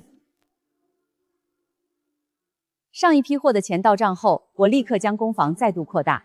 如今的工坊焕然一新，分为了2个部门，一个是保留传统工艺的精品手工部，另一个是引进了数十台高端缝纫机的织造部门，效率和产能都得到了极大的提升。真没想到，就这么一个看起来不起眼的小工坊，工艺水平竟然能达到这种高度。周总，你的眼光很毒辣啊！不是我眼光好，是沈小姐的实力确实过硬。顾总，您看这边，这些都是手工部的精品，每一件都称得上是艺术品。天晴，快过来，给你介绍一下，这位是顾氏集团的顾总。顾总您好，我是沈天晴。沈小姐，我看了你们给周总做的加急单，很出色。不过我们这次文旅项目的要求更高，对于丝线的韧性和光泽度，以及在不同光线下的色彩呈现，都有近乎苛刻的标准。顾总请放心，我们采用的是18捻的桑蚕丝线，韧性极佳，不易断裂。至于光泽度，我们有独家的植物染色和固色工艺，能保证色彩饱满且持久，在不同光势下会呈现细腻的渐变光感。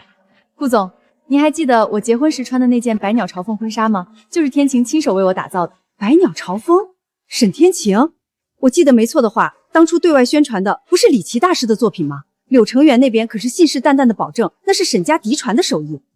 李琦，他就是个骗子，盗用了沈家的名号，在外面招摇撞骗。天晴才是沈老唯一的亲孙女，沈氏织法真正的传人。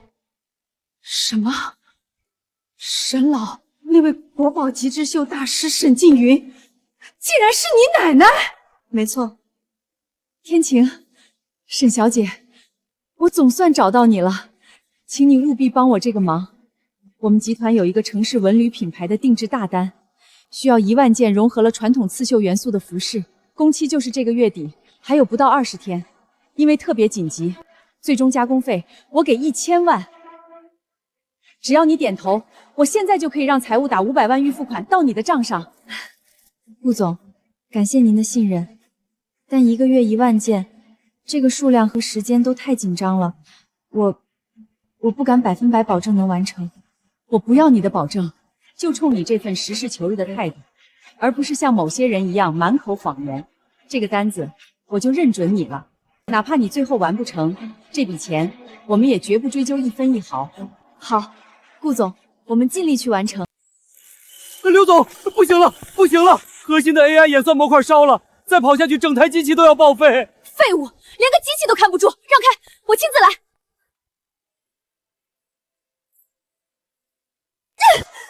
这不可能，这根本不是人能织出来的东西。一起，月底之前要是交不了货，我们要赔的可是3倍违约金，3倍啊！我们是要赔到破产的。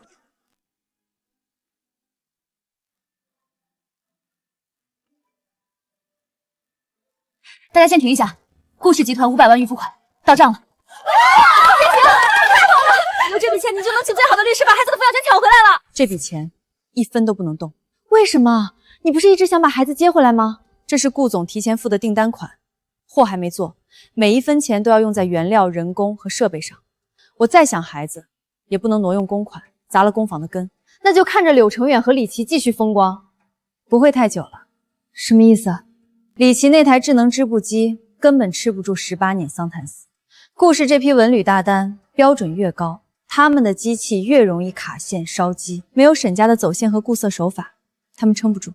所以你在顾总面前提出那些标准是故意的？我只是把真正的标准说出来，做不到的人自然会露馅。现在起诉柳成远会拿我坐过牢、刚起步、收入不稳说事，法官也会觉得他那个完整家庭更适合孩子。姐，按您这样说，他们确实离死不远了。还不够，我等贪得无厌的他们上门，再利用他们的贪婪，最后给他们添一把火。姐，还得是你，思路清晰。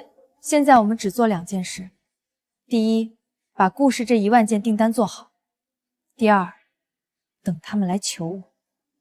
这一次，我要一击必中。天晴，不在你们日进斗金的大厂待着，来我这小作坊做什么？沈天晴，我们来跟你做笔买卖。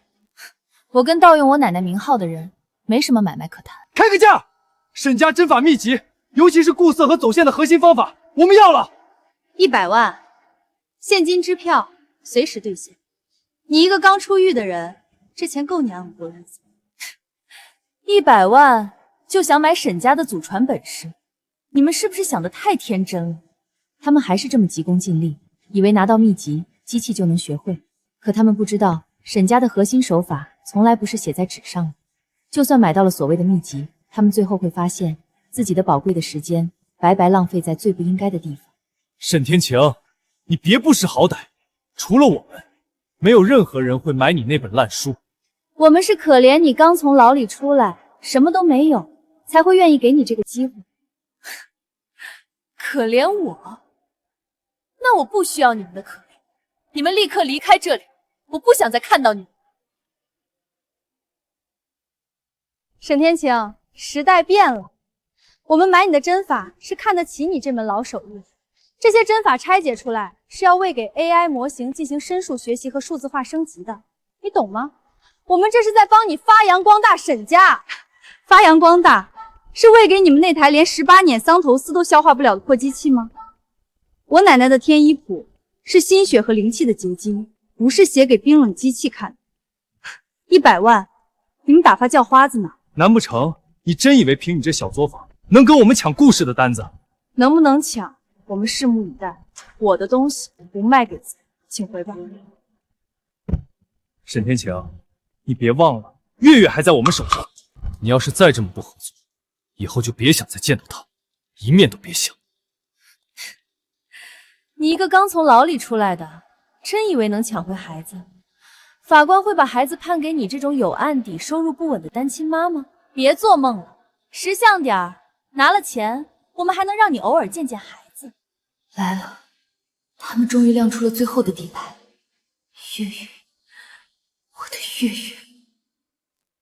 好，100万，我卖给你们天一谱的针法拆解，但我要一个条件。说，我要月月来我这里住3天。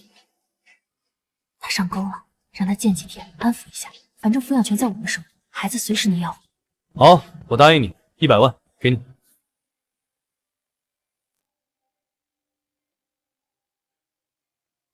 怎么不是原版？原版早在那场大火中烧没了，孩子在你们手中，你们觉得我干得出那种出尔反尔的事情？我可以对天发誓，一切都是真的，没有删减。师傅，是不是删减版？我认得出来。要是你敢耍猫腻，你永远也别想看到孩子。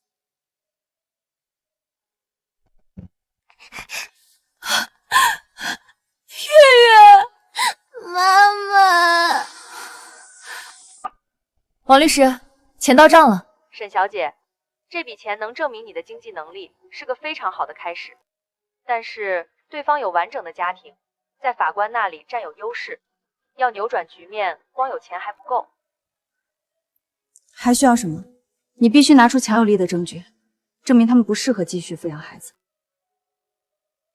月儿，我一定会把你们夺回我的身边，等着我，很快了。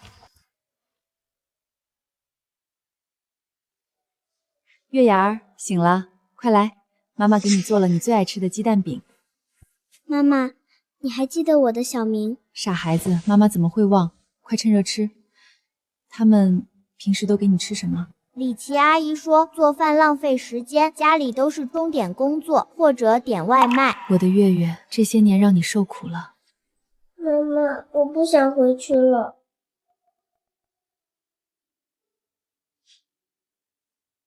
妈妈知道，你相信妈妈，我一定会把你和弟弟都接回来，我们再也不分开了。妈妈，弟弟，沈明他其实不坏，他只是被他们骗了。他们总跟他说你是坏女人，抛弃了我们。我知道，他一个人在家很孤单的。李琦阿姨和爸爸总是不在家，家里只有玩具陪他，他也很想有人陪他玩。对了，妈妈，弟弟有一个最心爱的宝贝，是个小星星形状的吊坠，他走到哪儿都带着。小星星吊坠，是不是银色的？上面刻着一个名字？对，就是那个。那是妈妈专门为他定做的，怕他走丢。里面有定位，还有哭声触发录像功能。火灾当天，弟弟在现场。月月，这个吊坠是扳倒他们的唯一机会。妈妈，我回去劝弟弟把吊坠拿出来，他们骗不了我，也别想再骗弟弟。姐姐，你回来了。小明，姐姐问你，你这个吊坠能不能借姐姐看一下？不行，这是我的宝贝，我可不借给别人。姐姐不是别人，这是妈妈送给我的东西，任何人我也不给。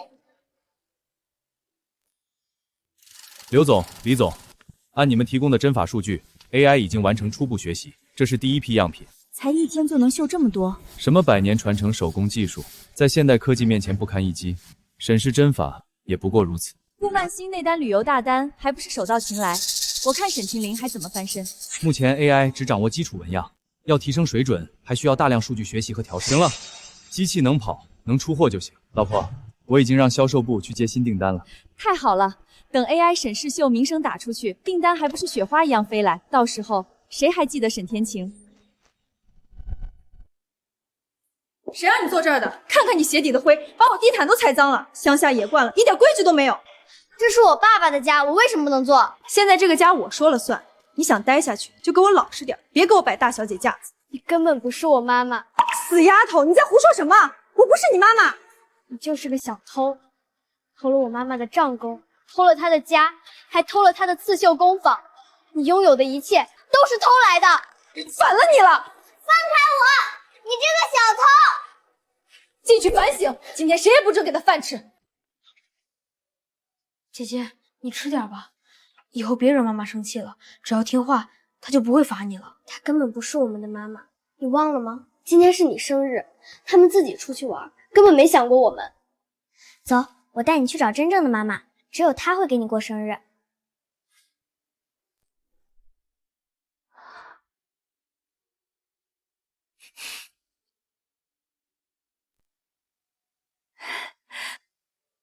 儿子，生日快乐！小明，多吃点，这是你最爱吃的排骨。好香，我以前没吃过这么好吃的菜，谢谢阿姨。喜欢就多吃点。小明，能把你脖子上的吊坠给我看看吗？小明，给妈妈看吧，没事儿。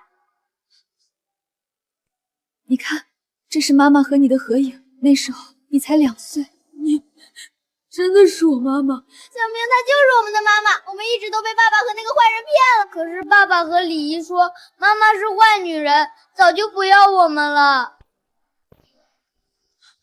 好啊，你们两个吃里扒外的东西，敢背着我们来见他！还过生日，吃柳家的住柳家的，转头就认这个女人当妈。沈月，是不是你带坏小明的？爸爸，不关姐姐的事，是我肚子饿想出来吃的。闭嘴！这里有你说话的份吗？再替他说话，连你一起收拾。柳成远、李琦，当着孩子的面，你们还要不要脸？孩子是我们柳家养大的，抚养权在我们手里，我们想怎么管教就怎么管教。你再不管，我就报警，说你管孩子。抚养权，很快你们就没资格抚养。柳先生、李女士，我是沈天晴女士的委托律师，这是诉讼申请书，还有撤销你们抚养权的起诉函。什么？柳成远，当年你用脏手段抢走孩子，却没尽过一天父亲的责任。从今往后，你不配当孩子的父亲。现在，我要把我的孩子全部要回来。起诉我？沈天晴，你是不是在牢里待傻了？就是沈天晴，你以为你现在开了个破工坊，算个什么老板？我告诉你，我们柳家现在手里握着千万级的大单，住的是市中心的大别墅，名下有自己的加工厂，账上的现金流说出来吓死你。你再看看你自己，一个刚出狱的劳改犯，开庭？行啊，我倒要看看，法官是把孩子判给身家千万、社会地位高尚的我们，还是判给你这个有案底的社会底层？想跟我们争抚养权，简直是痴人说梦！放开我，我不跟你们走！妈妈，爸爸，求你放开姐姐！柳成远，你放开孩子！滚开！沈天晴，孩子是我的！你再纠缠，我立刻报警抓你骚扰！白眼狼，吃我们柳家的，住我们柳家的，转头就认那个坐牢的贱人当妈。沈月，我警告你，回去之后老老实实给我去杂物间反省，3天不准吃饭。妈妈不要管姐姐，姐姐没有做坏事，是我吵着要见的，你罚我吧。小明乖，妈妈怎么舍得罚你呢？你跟姐姐不一样，你还小，是被那个老女人和沈月这个死丫头给骗了。听妈妈的话，那个沈天晴是个坏人，他会害了你的。乖，只要你听话，等会儿回去，妈妈立刻给你买你最喜欢的限量版大恐龙玩具，好不好？我的星星吊坠，妈妈，我的星星吊坠落在刚才那里了。拿那破烂玩意儿干什么？那老女人给的垃圾，丢了就丢了啊！乖，明天妈妈带你去商场，给你买个纯金的星星吊坠，比那破玩意儿好看100倍。妈妈，可是你以前不是告诉我，那个银色的星星吊坠是你亲自送给我小时候的生日礼物吗？哎呀，几年前的事，我哪里记得那么清楚？反正就是个不值钱的破东西，你老念着它干什么？小明，妈妈一定会把你们沈总，您别太担心，只要我们接下来收集到足够的证据，证明柳成远和李琦存在虐待儿童的行为，法官一定会把抚养权暂给您。把它交给技术部门修复，看看里面有没有跟火灾有关的证据。好的，沈总，我会以最快的时间把它修复。顾总，您怎么突然来了？也不提前说一声，我们好准备准备。是啊，顾总，快请进。为了赶您的订单，我们工人都在加班。您看，这批货已经完成1大半了，我们采用最新生产模式，最后把模块一合，马上就能交货。为什么是一半一半的修？为什么不在完整成衣上做？这样拼起来接口不会出问题吗？顾总，这叫模跃化生产，把一件衣服拆成不同模块，分工制作，最后智能拼接，效率最高，工期最短。传统那种一件一件做早过时了，我们这才是高效率生产。我明白了，你们继续忙。什么意思？夸我们一句都不会？他一个搞行政的懂什么生产？估计是被咱们模式镇住了。别管他，咱们成功在望。顾总，您来了。这些都是完成的成品。是，目前完成3216件，全部经过首轮质检。这里是每批质检记录，针脚密度、图案还原度、尺寸误差都在标准内。针脚稳定，做工也细。沈总，你们良品率很高。我们是师徒责任制，每道工序责任到人，速度不是最快，但质量不能乱。你做得很好，比我想象的还好，继续保持，我很放心。谢谢顾总信任，我们一定准时交货。顾总，这么快就想我们了，是不是被柳氏的效率震撼到了？李总，我正式通知你，通知什么？项目提前，交货日前3天，我要进行最终验收，到时候我只看完整的，通过质检的成衣。什么？只看完整成衣？顾总，我们那个模块化生产……我不管你们用什么模式，我只看合同要求的成品，数量和质量不达标，一切按合同办。顾总，这也太突然了吧！希望你们的高科技真能按时交货。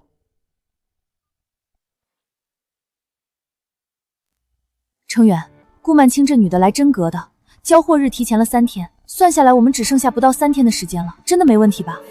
放心，时间很充裕，甚至还有更充裕的时间。工人们24小时轮班 ，AI 机器又不用休息。等我们完成了这一单，顾曼青这个贱人还不是得求着我们给他做？我也早就看他不顺眼，整天一副高高在上的样子，给谁看呢？等这次交了货，看他还怎么在我们面前摆谱。组长，这根本对不上啊！这左袖的弧度和衣身怎么差了这么多？我这更离谱，这箱子里全是右袖，怎么一件左袖都找不到啊？怎么回事？都嚷嚷什么呢？马上就要交货了，你们怎么还没拼好？刘总、李总，出大问题了！这些 AI 绣出来的模块根本没办法拼成衣。什么叫没办法拼 ？AI 不是按照图纸绣的吗？是按照图纸绣的。但是 AI 只学会了表层纹样，根本没有理解沈氏针法里的结构逻辑和缩水比例。这针脚一拉紧，布料变形的程度完全不一样。模块拆开看像样，合起来全是废品。纹样对不上，左右袖合不上，尺寸全部错位了。那我让你查的左右袖子呢？为什么全是右袖 ？AI 在识别镜像的时候出了系统 bug， 把左袖的纹样也当成右袖去绣。我们这3天赶出来的大半都是废品啊！废品，全部是废品！完了，顾曼青的违约金我们赔不起，柳氏会破产的。要不是你非要贪快，非要用什么 AI 技术，能出这种纰漏吗？怪我！当初是谁说这个方法省时省力，还能把利润翻倍的？你同意的比谁都快。还有你这个废物技术员，公司给你开那么多工资，你连个系统 bug 都发现不了，要你们有什么用？刘总，前期开发时间根本不够，是您强行要求上线生产的。来了，顾曼青要来收货了。程远，怎么办？我们现在该怎么办啊？去求沈天晴。求他？他恨死我们了，怎么可能帮我们？他上次收了我们100万，现在就是穷疯了的野狗。更何况我们手里还有女儿。对，能帮我们改这批废货，只要他肯救场，反正沈月区一个女儿还不听话，孩子可以还给他。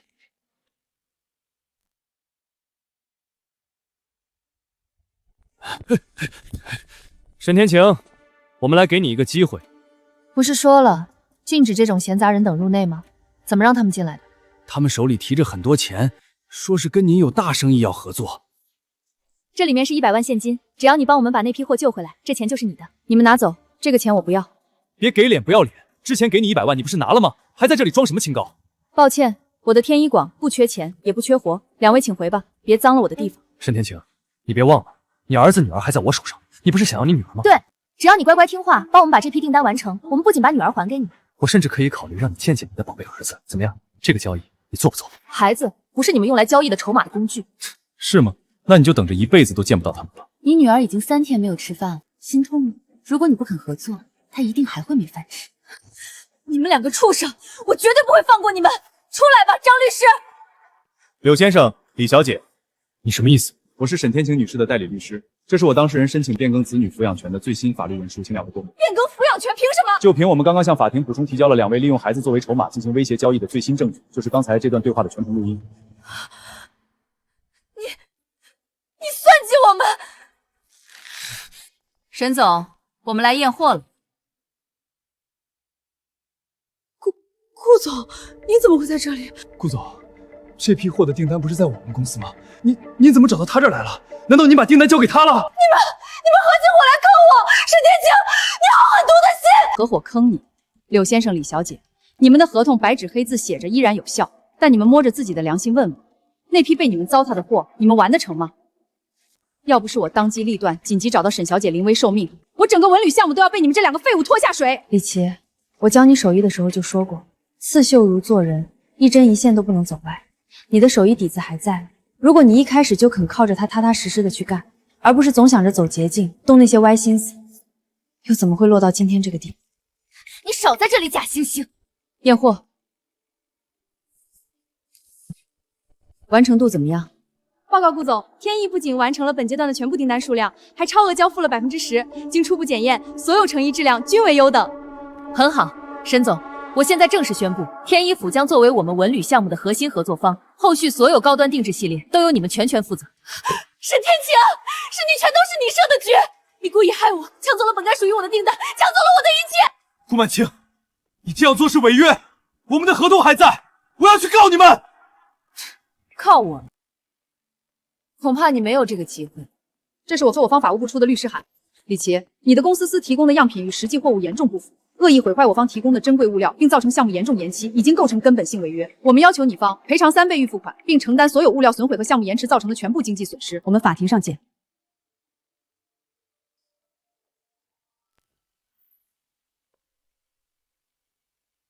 破产了，我们破产了！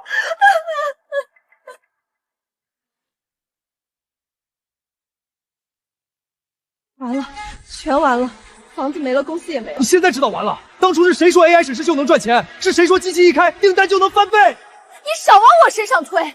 不是你贪快，非要没调试好就上机器，会有今天吗？要不是你假冒沈家传人，抢沈天晴的名号，顾曼晴能盯上我们，沈天晴能反咬回来。柳成远，你别忘了，当年是谁让我顶替他的？是谁说只要沈晴天进了监狱，沈家的一切都是我们的？你闭嘴！怎么，现在怕了？当初吃沈家饭、住沈家房、抢沈家厂的时候，你不是挺有本事吗？你要是真有沈家的本事，公司会破产。你就是个假货！你才是废物！没有我，你早就是沈家的上门女婿，一辈子抬不起头。这里已经查封，请你们马上离开。天晴，柳氏完了，顾总的订单也稳了，你怎么一点都不高兴？公司赢回来只是第一步，当年的火才是我真正要查清的事。沈总，吊坠里的旧视频，技术部门已经修复出来。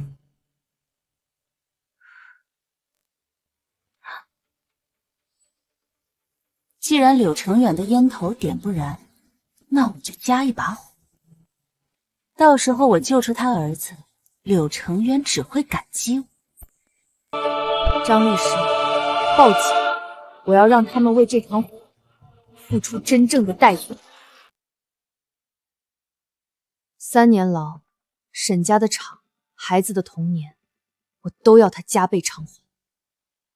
视频能证明李琦进入起火现场，但还需要补足物证和证人。当年厂里不是还有个看夜班的王叔吗？王叔当年突然离开苏州，我一直觉得不对。沈女士，是您报的案吗？证据在这里，这是关于3年前火灾案的重要证据。我要对当年的火灾申请重新立案。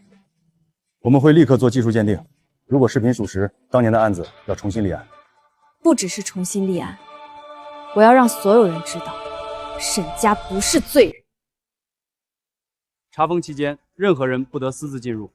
我们就拿点孩子的东西，贵重物品已登记封存，生活用品可以申请。连孩子的衣服都不让拿，你们知道我是谁吗？李女士，请配合。还看他，他把我们害成这样，你还想着他？还给我，那是我妈妈。你们骗了我们那么久，还想骗到什么时候？闭嘴！没有我，你们吃什么住什么？我们宁愿吃馒头，也不想再被你们关起来。当着执法人员的面动手。刘先生，法院已经受理临时保护令申请，2个孩子从现在起由第三方机构临时安置，你们不得接触。小明，我们终于不用回去了。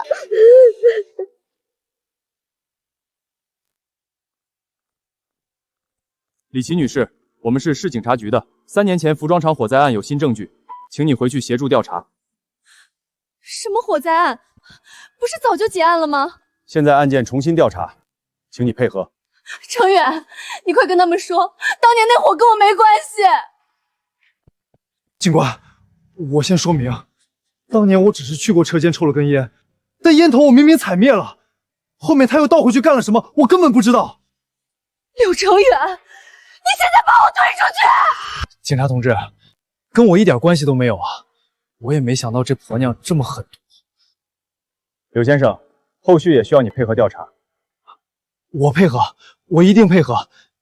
我也是被他骗了。柳程远，你别想摘干净。当年要不是你想吞沈家的厂，我会走到这一步吗？李琦女士，请上车。柳程远，你等着，我不好过，你也别想好过。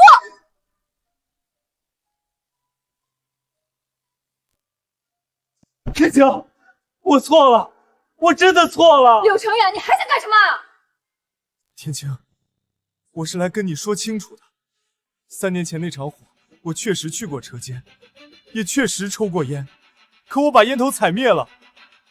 是李琦，是他自己倒回去放的火。所以你现在来找我，是想让我信你无辜？我不敢说我一点错没有，我错在糊涂，错在贪心，错在被李琦迷了眼。可天晴，我没有想害死你啊，可千万别告我啊！你没有想害死我，可你看着我坐了3年牢无动于衷，还贪慕虚荣，蒙骗我的孩子，让他们认贼作母。天晴，你要理解我，当年火灾导致柳家完了，孩子也没人照顾。天晴，我承认我自私，可我心里一直有你啊。小月、小明，爸爸以前做的不好，爸爸改，以后我们一家人好好过。我不要回去，你才是最坏的人。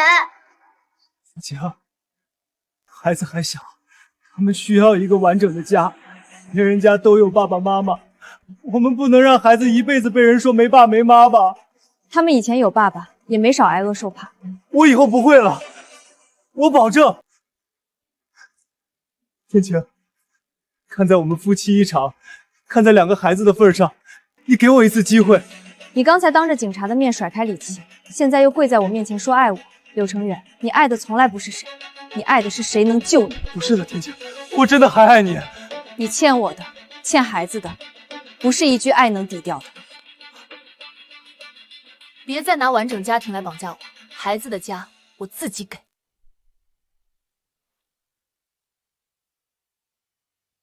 我从业40年，只在古籍里见过天一方的记载，今天总算见到真东西了。之前我只看登记文件，差点让恶意抢注变成事实。沈女士，我欠你一个公开道歉。王教授，我今天来不是为了听谁道歉，我要拿回沈家的名字，也要撤销李琦利用沈家旧谱抢注的所有权属登记。沈女士，历史证据很完整，但重新认证传承人还需要公开展示技艺，尤其是沈氏针法失传多年，必须证明你不是只拿着祖传物品，而是真正掌握这门手艺。天晴，你愿意现场完成一段沈氏针法吗？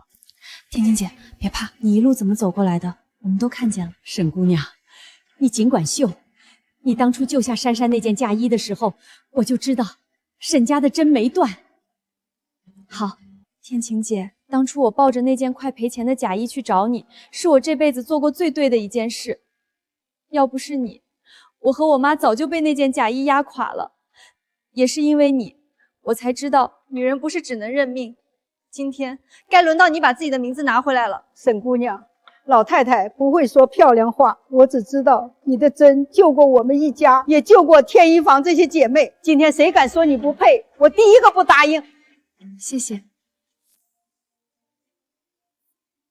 这是沈氏金针，这根针也有来历。沈氏苏绣传到第7代时，曾有一套金针，传说只有真正掌握沈氏针法的人，才能用它披丝、藏线、度用眼。如果他今天用这根针绣不出来，那这些祖传证物也只能证明沈家曾经辉煌。可要是他绣出来，李琦那些登记就催站不住了。沈家的针不靠嘴认，请2位看清楚。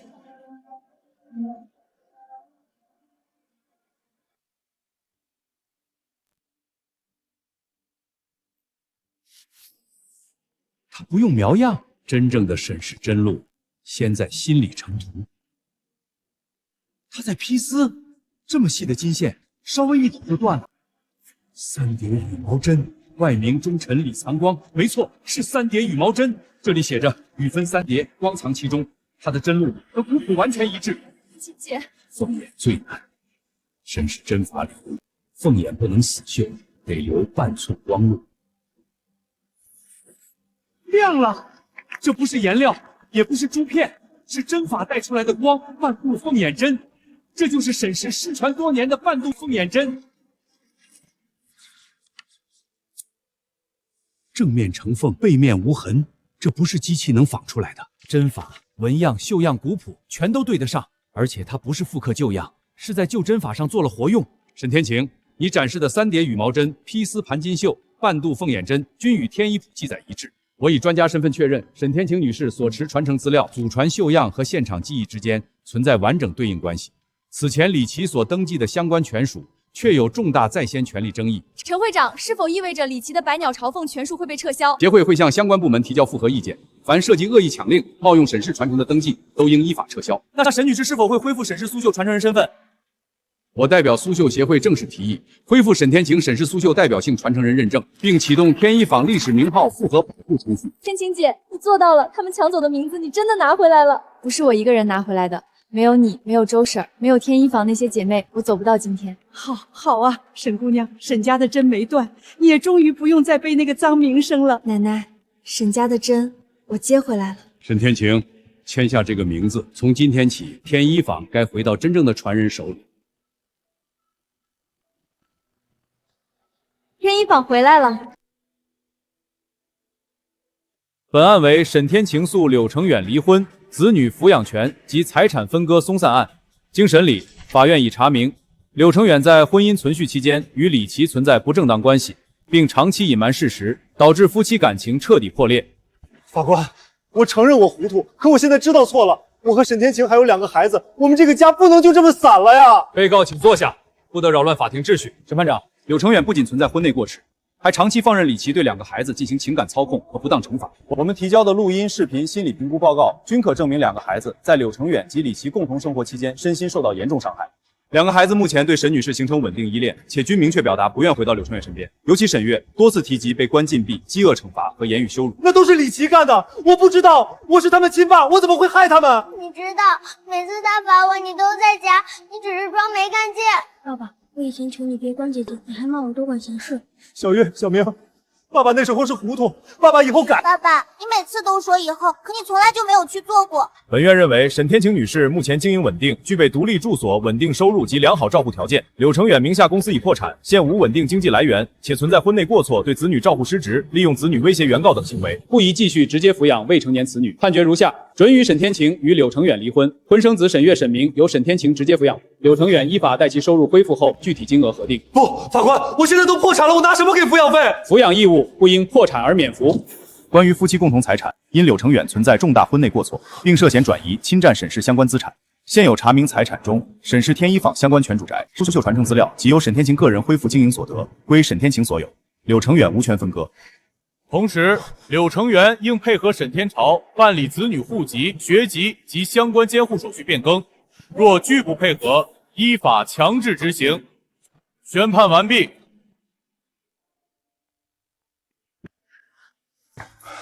天晴，孩子真的判给你了，可我也是他们爸爸呀。你现在想起来自己是爸爸了？小月、小明，爸爸错了，你们别不要爸爸。我害怕你。你不是怕我们不要你，你是怕自己什么都没有了。柳成远，房子、公司、孩子，沈家的名字你一样都没留住，不是我抢走的，是你自己弄丢的。天晴，我真的后悔了。你后悔的太晚了。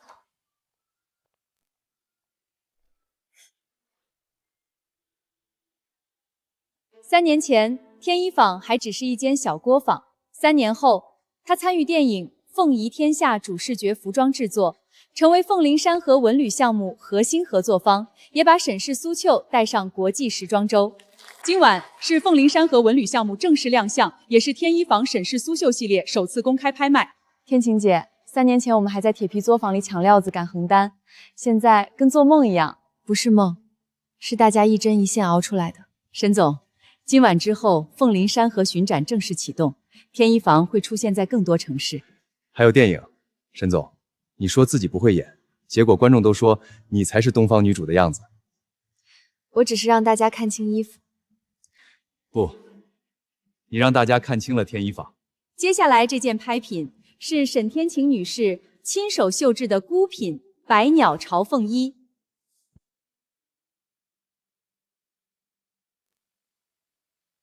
这件衣服耗时6个月，共用37种丝线，凤眼采用沈氏半度凤眼针，百鸟羽纹使用3叠羽毛针。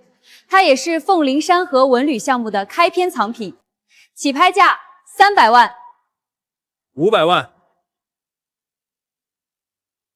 600万、 800万、 800万一次、800万2次、 1000万。天晴姐，1000万不是钱，是有人终于看懂它值在哪里。1000万一次、1000万2次、1000万3次，成交！沈女士，百鸟朝凤衣拍出1000万成交价，也为凤林山河项目打响第一锤。您有什么想说的吗？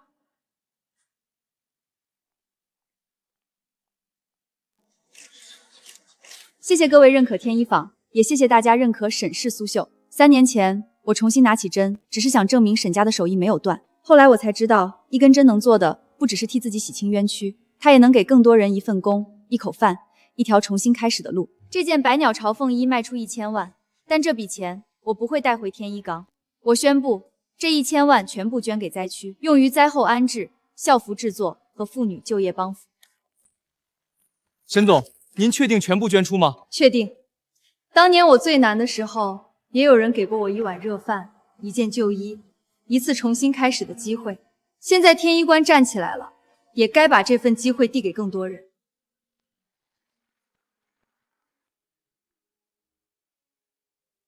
这才是凤林山河真正的魂。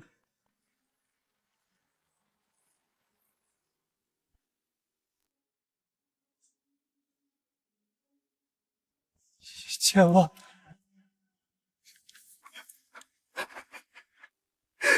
天晴，天晴，我错了。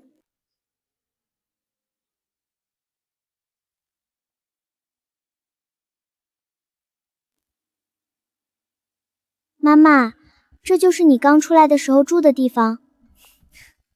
那时候屋顶漏雨，机器也是旧的。那你怎么撑下来的？靠手艺，也靠身边这些愿意一起熬的人。沈总，今天新来的学徒已经安排好了，先让他们练基础针，不要急着上成衣。明白。妈妈，这些人都是来学刺绣的吗？有的是灾区来的，有的是单亲妈妈，还有以前在工厂干不下去的女工。天一坊包培训，也给他们安排工位。你当年那么难，为什么还想着帮别人？因为我知道，人没有自己的本事，就容易被人拿捏。天一坊不只做衣服，也要给人一条活路。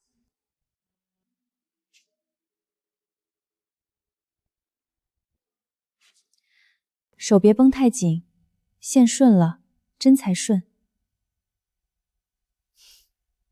谢谢沈总。妈妈，我也想学。你想学刺绣？以前他们说男人拿针没出息，可我觉得你拿针的时候最厉害。沈家的针不分男女，只分你有没有耐心，有没有敬畏心。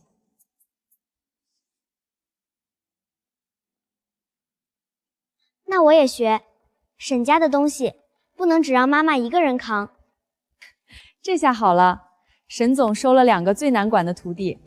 学针不是好玩的，手会疼，眼会酸，坐久了腰也疼。我不怕。我也不怕。第一针不求快，只求正。针下去之前，先看清纹路，这叫起针。起得正，后面才不会乱。我是不是绣坏了？第一针歪了不可怕，可怕的是明知道歪还硬往下走。拆了重来。妈妈，我怕扎到手。怕没关系，怕才知道认真。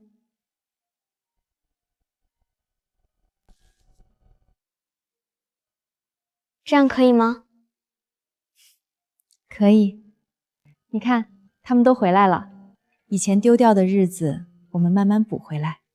我曾经以为失去的东西再也回不来，后来才知道，只要人还在，针还在，家就能一针一线缝。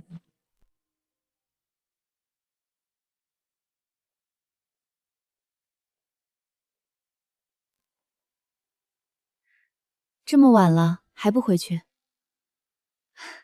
明天公益工坊第一批学员要来，我把名单再核一遍。这些你还留着？当时怕弄丢记录，就都收起来了。这3年，你给我汇了这么多钱，我却到出狱那天才知道，也没多少。你在里面总得买点生活用品。珊珊，我欠你的太多了。别说这个，当年我最难的时候，也是你帮过我。人这一辈子，总得有人拉一把。这是什么？天一部公益工作场的股权和负责协议，从今天起，公益工坊这一块由你负责，不是打工，是合伙人。不行不行，我哪懂管理，我就是帮你跑跑腿。你不是跑腿，天一馆最难的时候，是你把第一件嫁衣抱到我面前，也是你陪我把第一间旧屋子扫出来。后来招人、管工坊、照顾女工，你哪一样少做了？可我学历不高，也没什么本事。你知道穷人怕什么？知道女人没退路的时候有多难。公益工坊要帮的就是这样的人，所以这个位置你最合适。天晴姐，你真信我，我一直信你。今天是第一天，不讲大道理，每个人先领一套针线。你们里面有人离过婚，有人带着孩子，有人没读过多少书，也有人被工厂辞退过。没关系，进了这里，先把头抬起来。我以前也觉得自己命不好，结婚当天丈夫没了，村里人背后说什么的都有，我也躲过，也怕过。后来我才知道，命不是等来的，是一针一线缝出来的。只要肯学，手艺就不会骗你。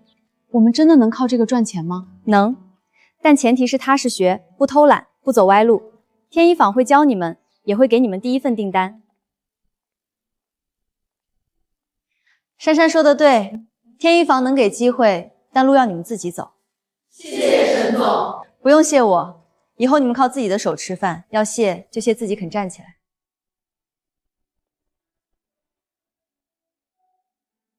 以后这里就交给你了，放心，我一定守好。有些人被命推倒过，可只要还有一双手，就能把日子重新缝起来。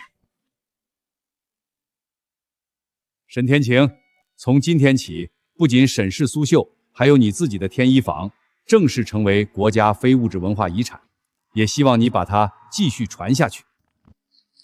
顾氏集团将和天一坊共同成立女性手艺人扶持计划，从今年开始，每年资助100名困境女性学习刺绣和服装制作。天灵姐，好样的！3年前，我失去过厂、名声和孩子，那时候很多人都说沈天晴完了，可我后来明白，只要手还在，心不歪，人就能重新站起来。天一坊以后不只做衣服，也教人做衣服，愿意踏踏实学的人都能靠一针一线养活自己，也撑起一个家。沈家的针法不是只属于沈家，它属于每一个尊重手艺、愿意把日子过好的人。今天这第一针，算你们正式入门。妈妈，我会好好学。我也会，以后我也想教别人。好，但记住，学手艺先学做人。第一针不求快，只求正。妈妈，这样对吗？对。原来一针落下去，真的会不一样。一针看着小，可一针一针走下去，就能成一件衣服，也能成一个家。